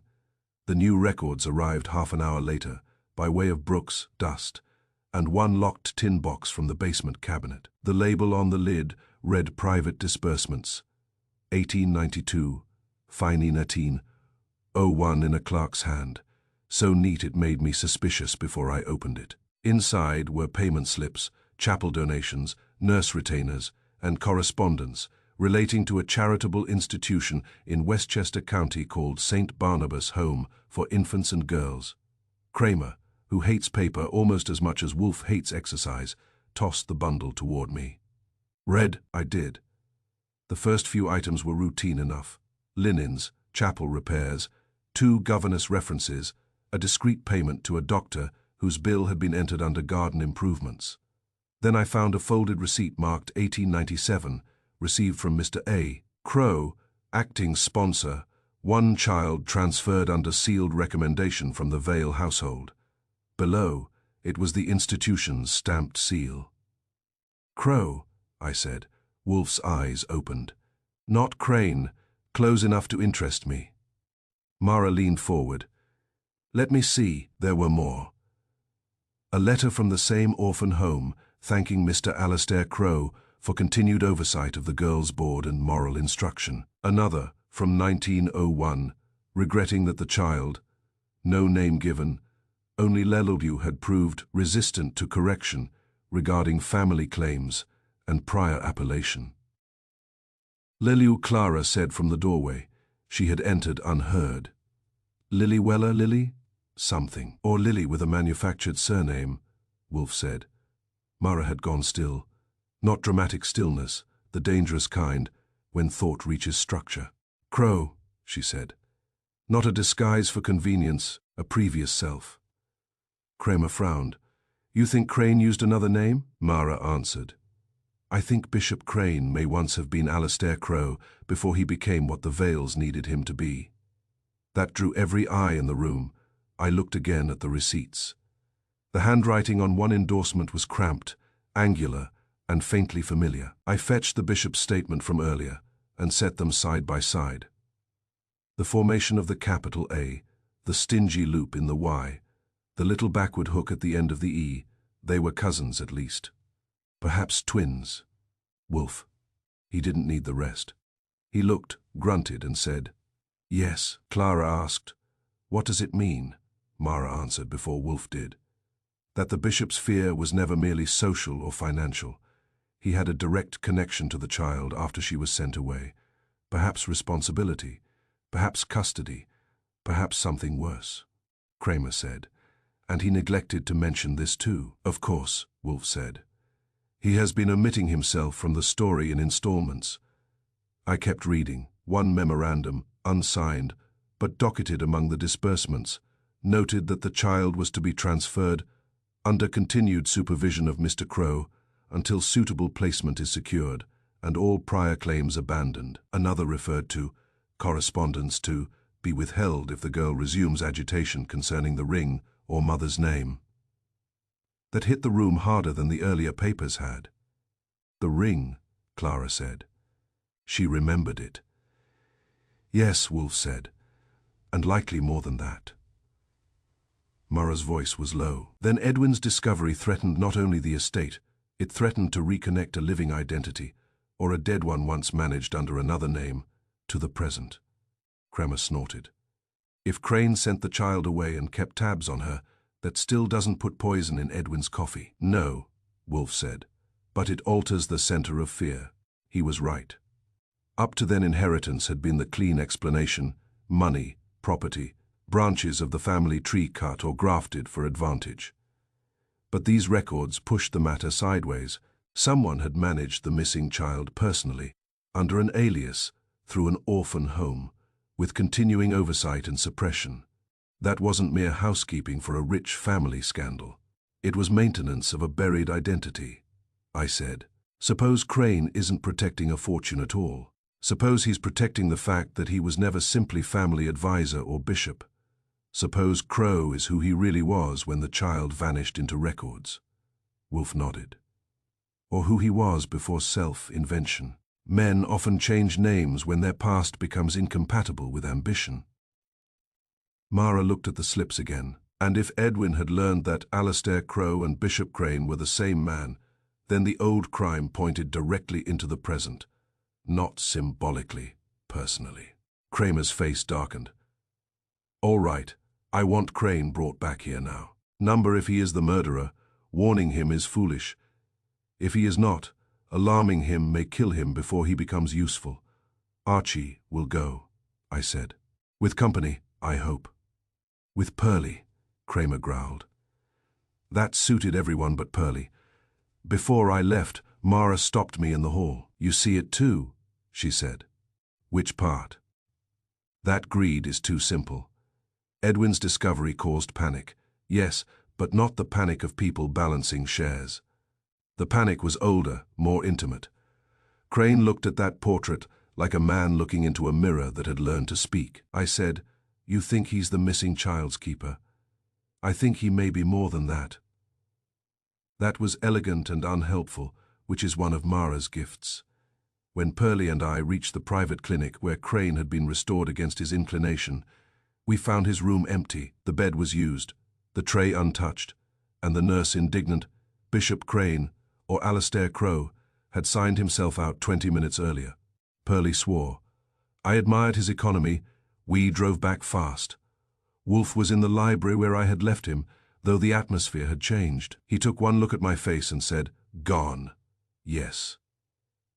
Good, then he is either guilty or terrified, or both, precisely. Kramer exploded in a variety of directions, but Wolf ignored him. He said, The matter is now plain enough to state. At first glance, the motive is inheritance.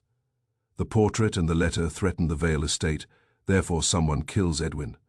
But the newer records connect Bishop Crane, under the name Alastair Crow, to the orphan home where the missing child was sent. He did not merely know the story, he administered part of it. Therefore the murder begins to look less like a scramble for money than terror of recognition. Clara said. Recognition of what? Wolf's eyes lifted. Of a buried identity returning to its proper name. No one answered that. No one could. Because now the facts had changed shape once again. Someone in or around Vale House was not merely protecting a fortune, or a branch of inheritance, or even the memory of an old substitution. Someone was protecting the continued burial of a self. The kind of burial that does not happen in a grave, but in account books, charitable transfers, altered signatures, and the careful invention of a more respectable life. And, if Bishop Crane had once been Alastair Crow, the man who saw the child sent away and watched her learn to forget her name, then his fear of the portrait was no longer mysterious at all. It was recognition. The only trouble was that fear of recognition can make one man run and another man kill. Chapter 9. Faye the child, who never truly left the deepest turns in a case, are seldom accompanied by thunder. They arrive quietly, usually in a room where someone is trying very hard not to be noticed. In Vale House that room was the pantry passage off the back hall, and the person was Iris Shaw. I had seen her half a dozen times since the case began. A thin, composed woman in her late 50s, perhaps 60, with iron-grey hair, clear skin, and the kind of posture that comes from a lifetime of serving other people without ever consenting to disappear entirely. She moved soundlessly, spoke briefly, and had that disciplined household manner which makes the rich mistake self-command for insignificance. Wolf noticed her before I did, which was annoying but not unusual. He had asked for tea in the library, not because he wanted tea, which he rarely did at that hour, but because he wanted the housekeeper to bring it herself instead of delegating. When she entered with the tray, he did not look at the cups. He looked at her hands.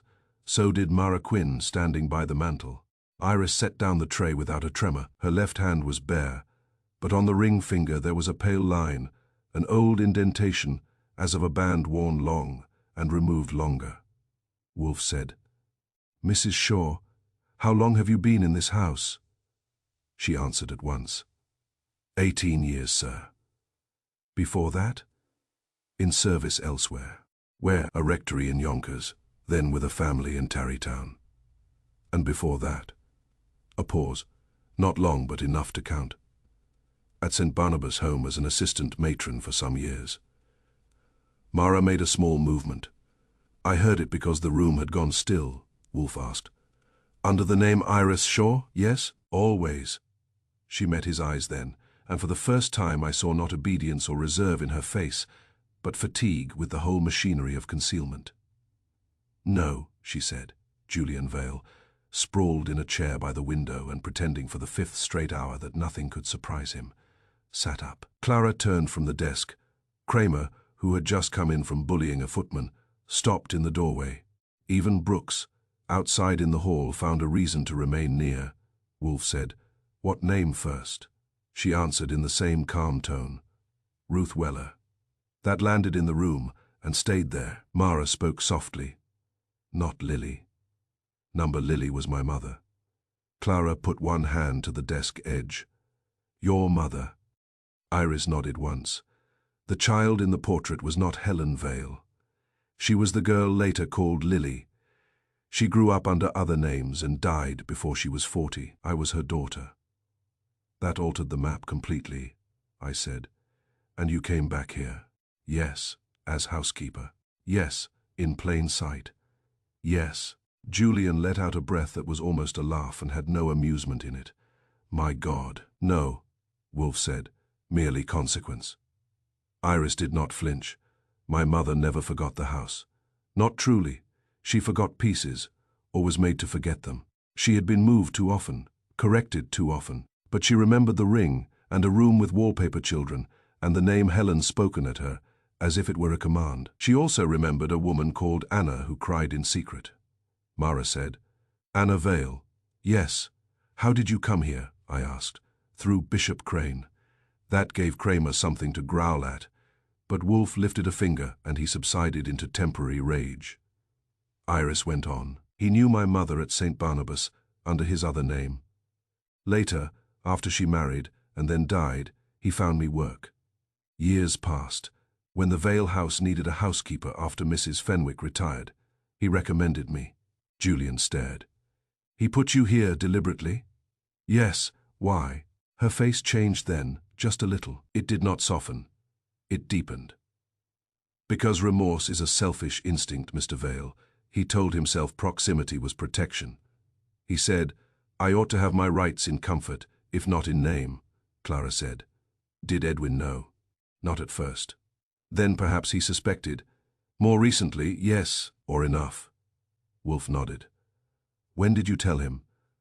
I didn't, he told me. That interested him. Explain. 3 nights ago he asked me whether I had ever seen the portrait before it came back to the gallery. I said no. He asked whether the ring meant anything to me. I said no. She paused. That was a lie. He said, I think you are connected to this house, in an older way than service, Mrs. Shaw. I said nothing. He told me to wait. And last night, he said by morning, he intended to settle accounts with the dead. I said, did he accuse you? Number, did he threaten you? Number, did you hate him? That was mine, and maybe a little blunt, but she took it. I hated the house, she said. That includes several generations at once, Edwin less than some. That was good, because it felt true. Kramer pushed in. You had every reason to kill him. If he exposed you publicly, there'd be scandal, police, newspapers, lawyers, and every carrion bird in New York pecking over the estate. Iris turned her head toward him. Inspector, if I had wanted the Vale fortune, I had 18 years in this house to take smaller things and leave. I took wages. You could still want recognition. Yes, she said, but not his death, Wolf said, and you did not poison his coffee. Number, nor alter the portrait with the words, not Helen. Number, move the letters from behind the frame. Number, he watched her for a long moment. Then, did your mother leave anything besides memory? Yes. That got all of us. Where? Wolf asked. In my room, a prayer book. There is a paper in it. Kramer said, bring it. No, Wolf said. Archie will. I went with Iris to the small room over the back stairs where the housekeeper slept. It was plain, neat, and almost bare. In the top drawer of a narrow chest she kept a worn black prayer book. Folded inside was a sheet of cheap paper in an older hand. Not Anna Vale's hand. Not quite educated enough for that, but steady. It was from Lily, her mother. Most of it was broken recollection. The ring, a room, fever, Anna, a man called Crow, who smiled with pity and moved me on. One line mattered more than the others. The worst one was not the old man nor the priest, but the one who kept the lists and names for them. He said if a child is written elsewhere, she belongs elsewhere. I took it downstairs. Wolf read it, passed it to Kramer, and sat back. There, he said. A correction. The missing child was not fully lost to the house. She returned through her daughter, Ruth Weller, now Iris Shaw, who has served here 18 years under a name fit for invisibility. That transforms our inquiry. We are no longer searching for an absent heir, but confronting a living remnant of the erased line. Julian looked across at Iris, as though seeing her for the first time without a tray in her hands. Clara's face had gone pale with something more than shock, shame, perhaps, and admiration fighting over the same ground. Mara alone did not look surprised. She looked vindicated. I said, so Iris has motive enough for 3 melodramas. Yes, Wolf said. But not, I think, this murder. Kramer glared. Why not? Because grief and long injury leave one shape on a face, fresh panic leaves another. Mrs. Shaw's sorrow is old, disciplined, and exhausted. The murderer's motive was immediate and convulsive. Edwin Vale had discovered something that endangered not only property or lineage, but a present identity still in use. Mara said quietly. One step deeper. Exactly. Iris stood very straight. I know who feared that. That got everyone's attention at once, including Wolf's, which is not easy, he said. Tell me." She looked not at Wolf, nor at Kramer, nor at Clara. She looked at the closed library door. "When the bishop came to the house years ago," she said, "he was not the only person who knew my mother's history. Another knew it too, because another had inherited the old papers, the private lists, the corrected names. That person saw me when I first arrived here and recognized me before the bishop did." "Who?" Kramer barked. She turned then, slowly, and faced them. "Adrian Vale." No one spoke. Adrian himself, standing just outside the threshold, where he must have arrived in time to hear the last two sentences, had gone absolutely still. It is a mistake to think stillness means innocence. Sometimes it means the body has run out of lies faster than the mouth. Wolf's eyes were on him.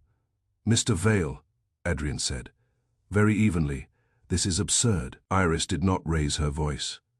"You asked me in my first month here whether my mother had ever spoken of St. Barnabas. You told me I had familiar eyes. 2 years later you slipped me $50 at Christmas and said, 'Some names are safer folded away.' I kept the money and hated you for the wisdom of it." Julian made a low sound. Clara stared at Adrian as if the floor had opened. Adrian said, "You have no proof," Wolf said. "Proof is a process, not a mood. Sit down." Adrian did not move. What Iris Shaw had done, in less than 10 calm minutes, was overturn the investigation again. She was not the missing child herself, but the daughter of that child, Ruth Weller, by birth. Iris Shaw, by function, returned to Vale House in plain sight, under the arrangement of a remorseful bishop. She had every reason to hate the past, every reason to hate the house, and yet her grief did not fit the killing. She was witness, not murderer. And the motive for Edwin Vale's death had shifted another degree downward, where Wolf had been aiming all along. Not merely inheritance, not merely scandal, not even only the buried line of a lost child. Identity. Simone in that house had recognized Ruth Weller the moment she returned, known exactly what her presence meant, and understood before the others that the old erasure was no longer safely historical. It had come back wearing sensible black shoes and carrying a tea tray. The murderer, then, was not simply afraid of losing money. He was afraid of being named. Chapter 10. Faye, the original face, at 6 o'clock. That evening, Nero Wolfe consented to conduct the final gathering in the gallery, which was either a concession to drama or an acknowledgement that the portrait had earned equal billing. The chairs were arranged in a half-circle beneath the lamps. The canvas, restored to its frame but not yet rehung, stood on an easel at the far end of the room. The child's hand still bore the silver ring. The faint words at the cuff, "Not Helen," remained visible under Lydia Rourke's careful light. The house had by then surrendered the last of its social pretenses. No one was dressed for company. No one was acting for effect except from habit. Present were Clara Jameson, Julian Vale, Adrian Vale, Lydia Rourke, Mara Quinn, Brooks, Iris Shaw, Inspector Kramer, Sergeant Purley, and Bishop Alistair Crane, who had been found at last not in flight but in the chapel room upstairs, seated before an unlit altar and looking like a man who had discovered that prayer is not retroactive. Wolf sat in the largest chair available and regarded them one by one. "Enough," he said. "This has gone on too long, though one must allow that the delay began in 1892. Mr. Goodwin beer." I handed it to him. Kramer snorted. Nobody else moved. Wolf took a swallow, set the glass down, and began. "The errors in this case have been numerous. The chief one was assuming that Edwin Vale was murdered because the restored portrait threatened the disposition of the Vale estate. That is plausible. It is also incomplete. The painting did indeed prove an old family crime, one child substituted for another, one lawful line erased, records altered, the ring painted out, the household accounts adjusted to support the lie. Anna Vale's letter established that, the nursery confirmed it. Silas Rowe showed that the ring was original and its concealment deliberate. Mrs. Shaw, he inclined his head toward Iris, established that the erased child's line did not vanish entirely, but returned to this house in living form. He paused, letting that settle again. Thus the old crime is plain. A child called Lily was used to replace the dead Helen Vale, then later removed when memory and resemblance became inconvenient. Her daughter, Ruth Weller, now Iris Shaw, stands as the surviving remnant of that buried line. This should have caused scandal, perhaps litigation, certainly disgrace. Yet it was not enough by itself to explain Edwin Vale's murder. Kramer growled. Why not? Because, Wolfe said, inheritance frightens one kind of man, but recognition frightens another more deeply. Mr. Goodwin and Miss Quinn observed correctly that Bishop Crane's fear of the portrait was not financial. It was personal, immediate, and shamefully old. Mara, standing by the mantel, said quietly. He looked at it as if it knew him. Yes, Wolfe said, because it did. Crane closed his eyes. Wolfe turned his head. The clue was not merely in his service as archivist, nor in the alias Alastair Crowe, under which he supervised the child's removal through St. Barnabas' home. Those proved access and concealment. The deeper clue lay in Anna Vale's letter and Lily's own recollections. Anna wrote that her daughter was lawful. That was always the troublesome word. Lawful to whom? The family preferred a version of events in which the child was an embarrassment removable by bookkeeping. But Anna insisted upon sacrament, marriage, and legitimacy. Why insist unless the man involved had standing, name, and something substantial to lose? Julian said harshly. You mean a Vale? No, Wolfe said. If the father had been a Vale, the family would have had motive to hide disgrace. Yes, but not to employ so elaborate a clerical apparatus afterward. The persistent presence of Mr. Crowe, later Bishop Crane, at the orphan home, his private supervision, his lifelong terror of exposure, his sentimental concern for Mrs. Shaw's comfort, his guilt not as a witness but as a participant. These point elsewhere. They point to paternity. No one breathed loudly enough for me to hear it, Clara said, almost in a whisper. You mean Lily was his child? Yes. Crane opened his eyes and looked at Wolfe. There was no surprise left in him, only defeat. Wolfe continued. Before he became bishop, before he became even presentable, Alastair Crowe was a young clergyman attached to the Vale household chapel and private accounts. He and Anna Vale entered into a clandestine marriage, or its close equivalent. Enough for her, perhaps enough before God, though not before society or the family lawyers. The child Lily was theirs. When the legitimate Helen Vale died, the household saw opportunity. The dead child could be replaced, the living scandal could be absorbed, and Crowe's relation to the matter buried under gratitude, fear, and administrative convenience. He cooperated. Anna resisted, then failed. The portrait originally painted with the ring and true likeness had to be corrected. Later the child herself had to be corrected more brutally still. Crane spoke at last, his voice dry and nearly spent. I told myself it would preserve her, Mara said. You told yourself many things. He nodded once. Wolfe went on. Years passed. Crowe reinvented himself as Alastair Crane, rose in station, reputation, and public esteem, and lived beside the buried truth like a man, living beside dynamite in a locked cabinet.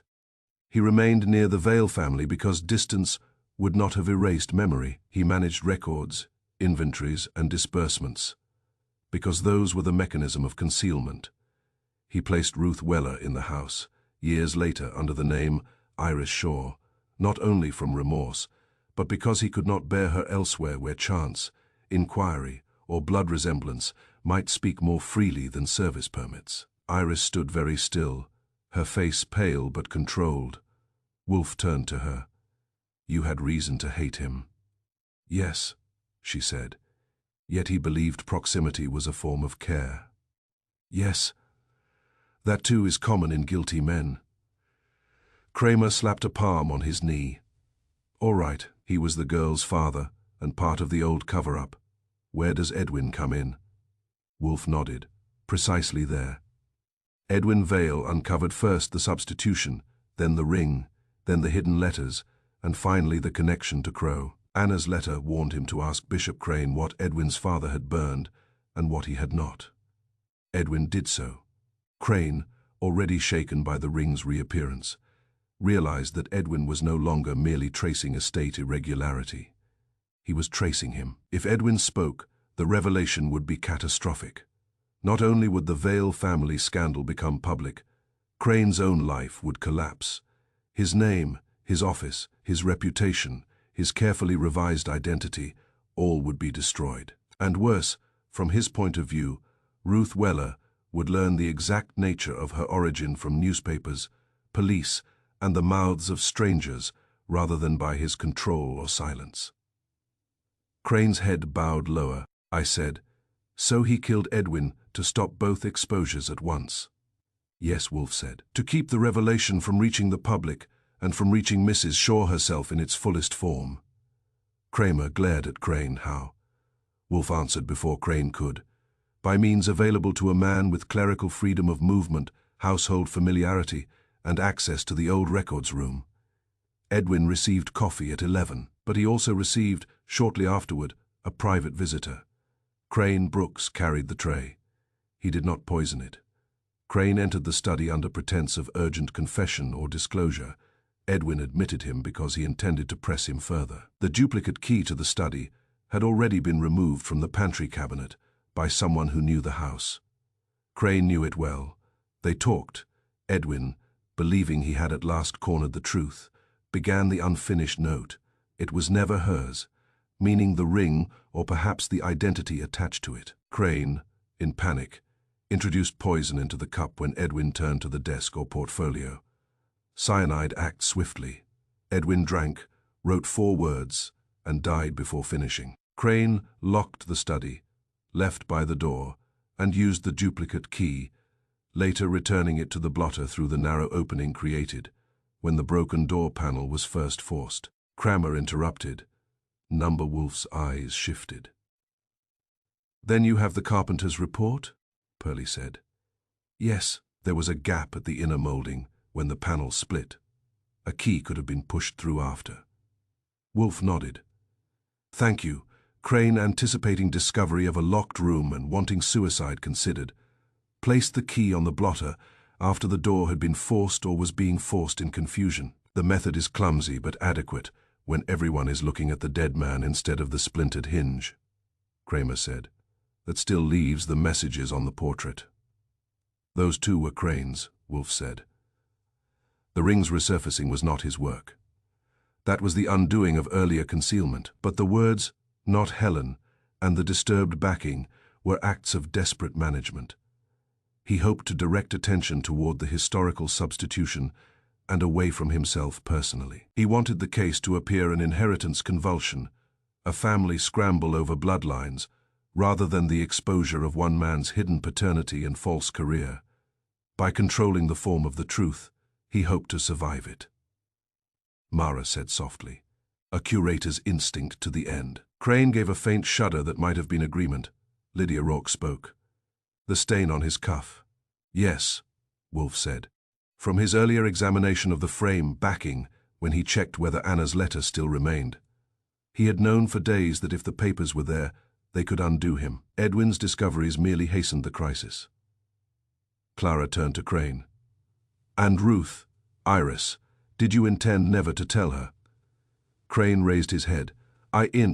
His face looked suddenly older than any bishop's should. "I intended," he said, "every year. Then not yet. Then not like this. Then after one more season, it is astonishing how much evil can be committed with the calendar." No one answered that. Iris Shaw did. "Then you let her live half lost. Then you put me in this house with a tray in my hands and called it kindness." Crane looked at her. Yes, that one syllable was the best confession he had made. Kramer rose. "Good enough for me." He stepped forward. "Bishop Crane, Crow, whatever you call yourself, you are under arrest for the murder of Edwin Vale." Crane did not resist. He got up slowly, leaning on the cane, then seemed to think better of the cane and set it aside. Pearlie moved to one side of him, before they took him out. Crane turned once toward the portrait. "I never wanted it destroyed," he said. "Only quiet." Wolfe snorted. "You wanted revision. Destruction would at least have been honest." Crane looked at Iris again, as if something remained to be said.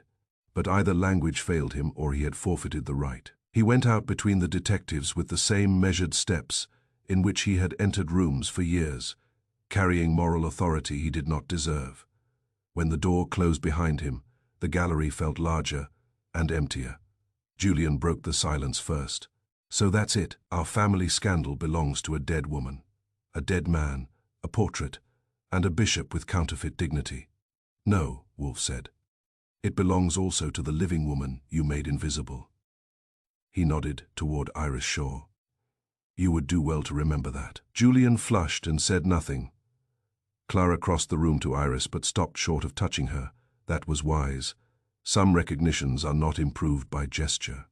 "Ruth," she said. Iris shook her head. "Number Iris will do. Ruth belonged to my mother's longing. I have had my own life, such as it was." That, too, was honest. Wolf rose, which meant the case was over in his mind, if not yet in everyone else's nerves. "The portrait," he said to Lydia Rourke. She understood. With Rose's help, she lifted it back onto the wall. Under the gallery lights, the child's face seemed changed, though of course it was not. Only our reading had altered. The ring was visible now as it had originally been. The paint, once forced into obedience, had resumed its memory. The words at the cuff would eventually, Lydia said, be stabilized but not removed. They were part of the work's truth now, whether the museum world liked it or not. There, Wolf said, and there it was. The one honest thing in a house built on revision.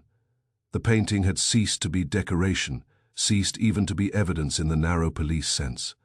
It was witness, not perfect witness. Paint never is, but truer than ledgers, kinder than clergy, and more durable than family pride. It had carried the ring through concealment, carried the altered identity through generations, carried Anna Vale's last faith in the possibility that truth might outlive respectability. As for the rest, it would be sorted by lawyers, newspapers, and survivors with differing appetites for disgrace. The estate would wobble, names would be tested, old records would be reopened. Iris Shaw, or Ruth Weller, if she chose, would have decisions to make that no detective could properly improve. Wolf took his hat from me and settled it on his head with profound dissatisfaction at the whole species. "Come, Archie, I have had enough of this house." We went out through the front hall while evening gathered over 63rd Street. On the steps I looked back once. Through the gallery doors I could still see the portrait under its lamps. The child wearing the silver ring and looking past all of them. "In the taxi downtown," I said, "you let Mara do part of the work." Wolf shut his eyes. Miss Quinn saw clearly. She separated the old crime from the new one before anybody else. Yes, and she spotted that inheritance was the false motive. Yes. Do you enjoy admitting that? Number I grinned at the window and watched New York slide by, lit and indifferent. A murder had been solved. An old erasure had been named. A false bishop had been reduced to his original face. It was not cheerful, but it was exact. And exactness is the nearest thing Nero Wolfe ever grants to mercy. By the time we reached West 35th Street, I was thinking about dinner, and Wolfe was thinking about orchids, which is as it should be. But behind us, in the Vale Gallery, the portrait remained. The child restored, the ring uncovered, the lie broken where it had once been painted smooth. Sometimes truth arrives by testimony, sometimes by confession, and sometimes by a little silver ring that refuses, after half a century, to stay buried.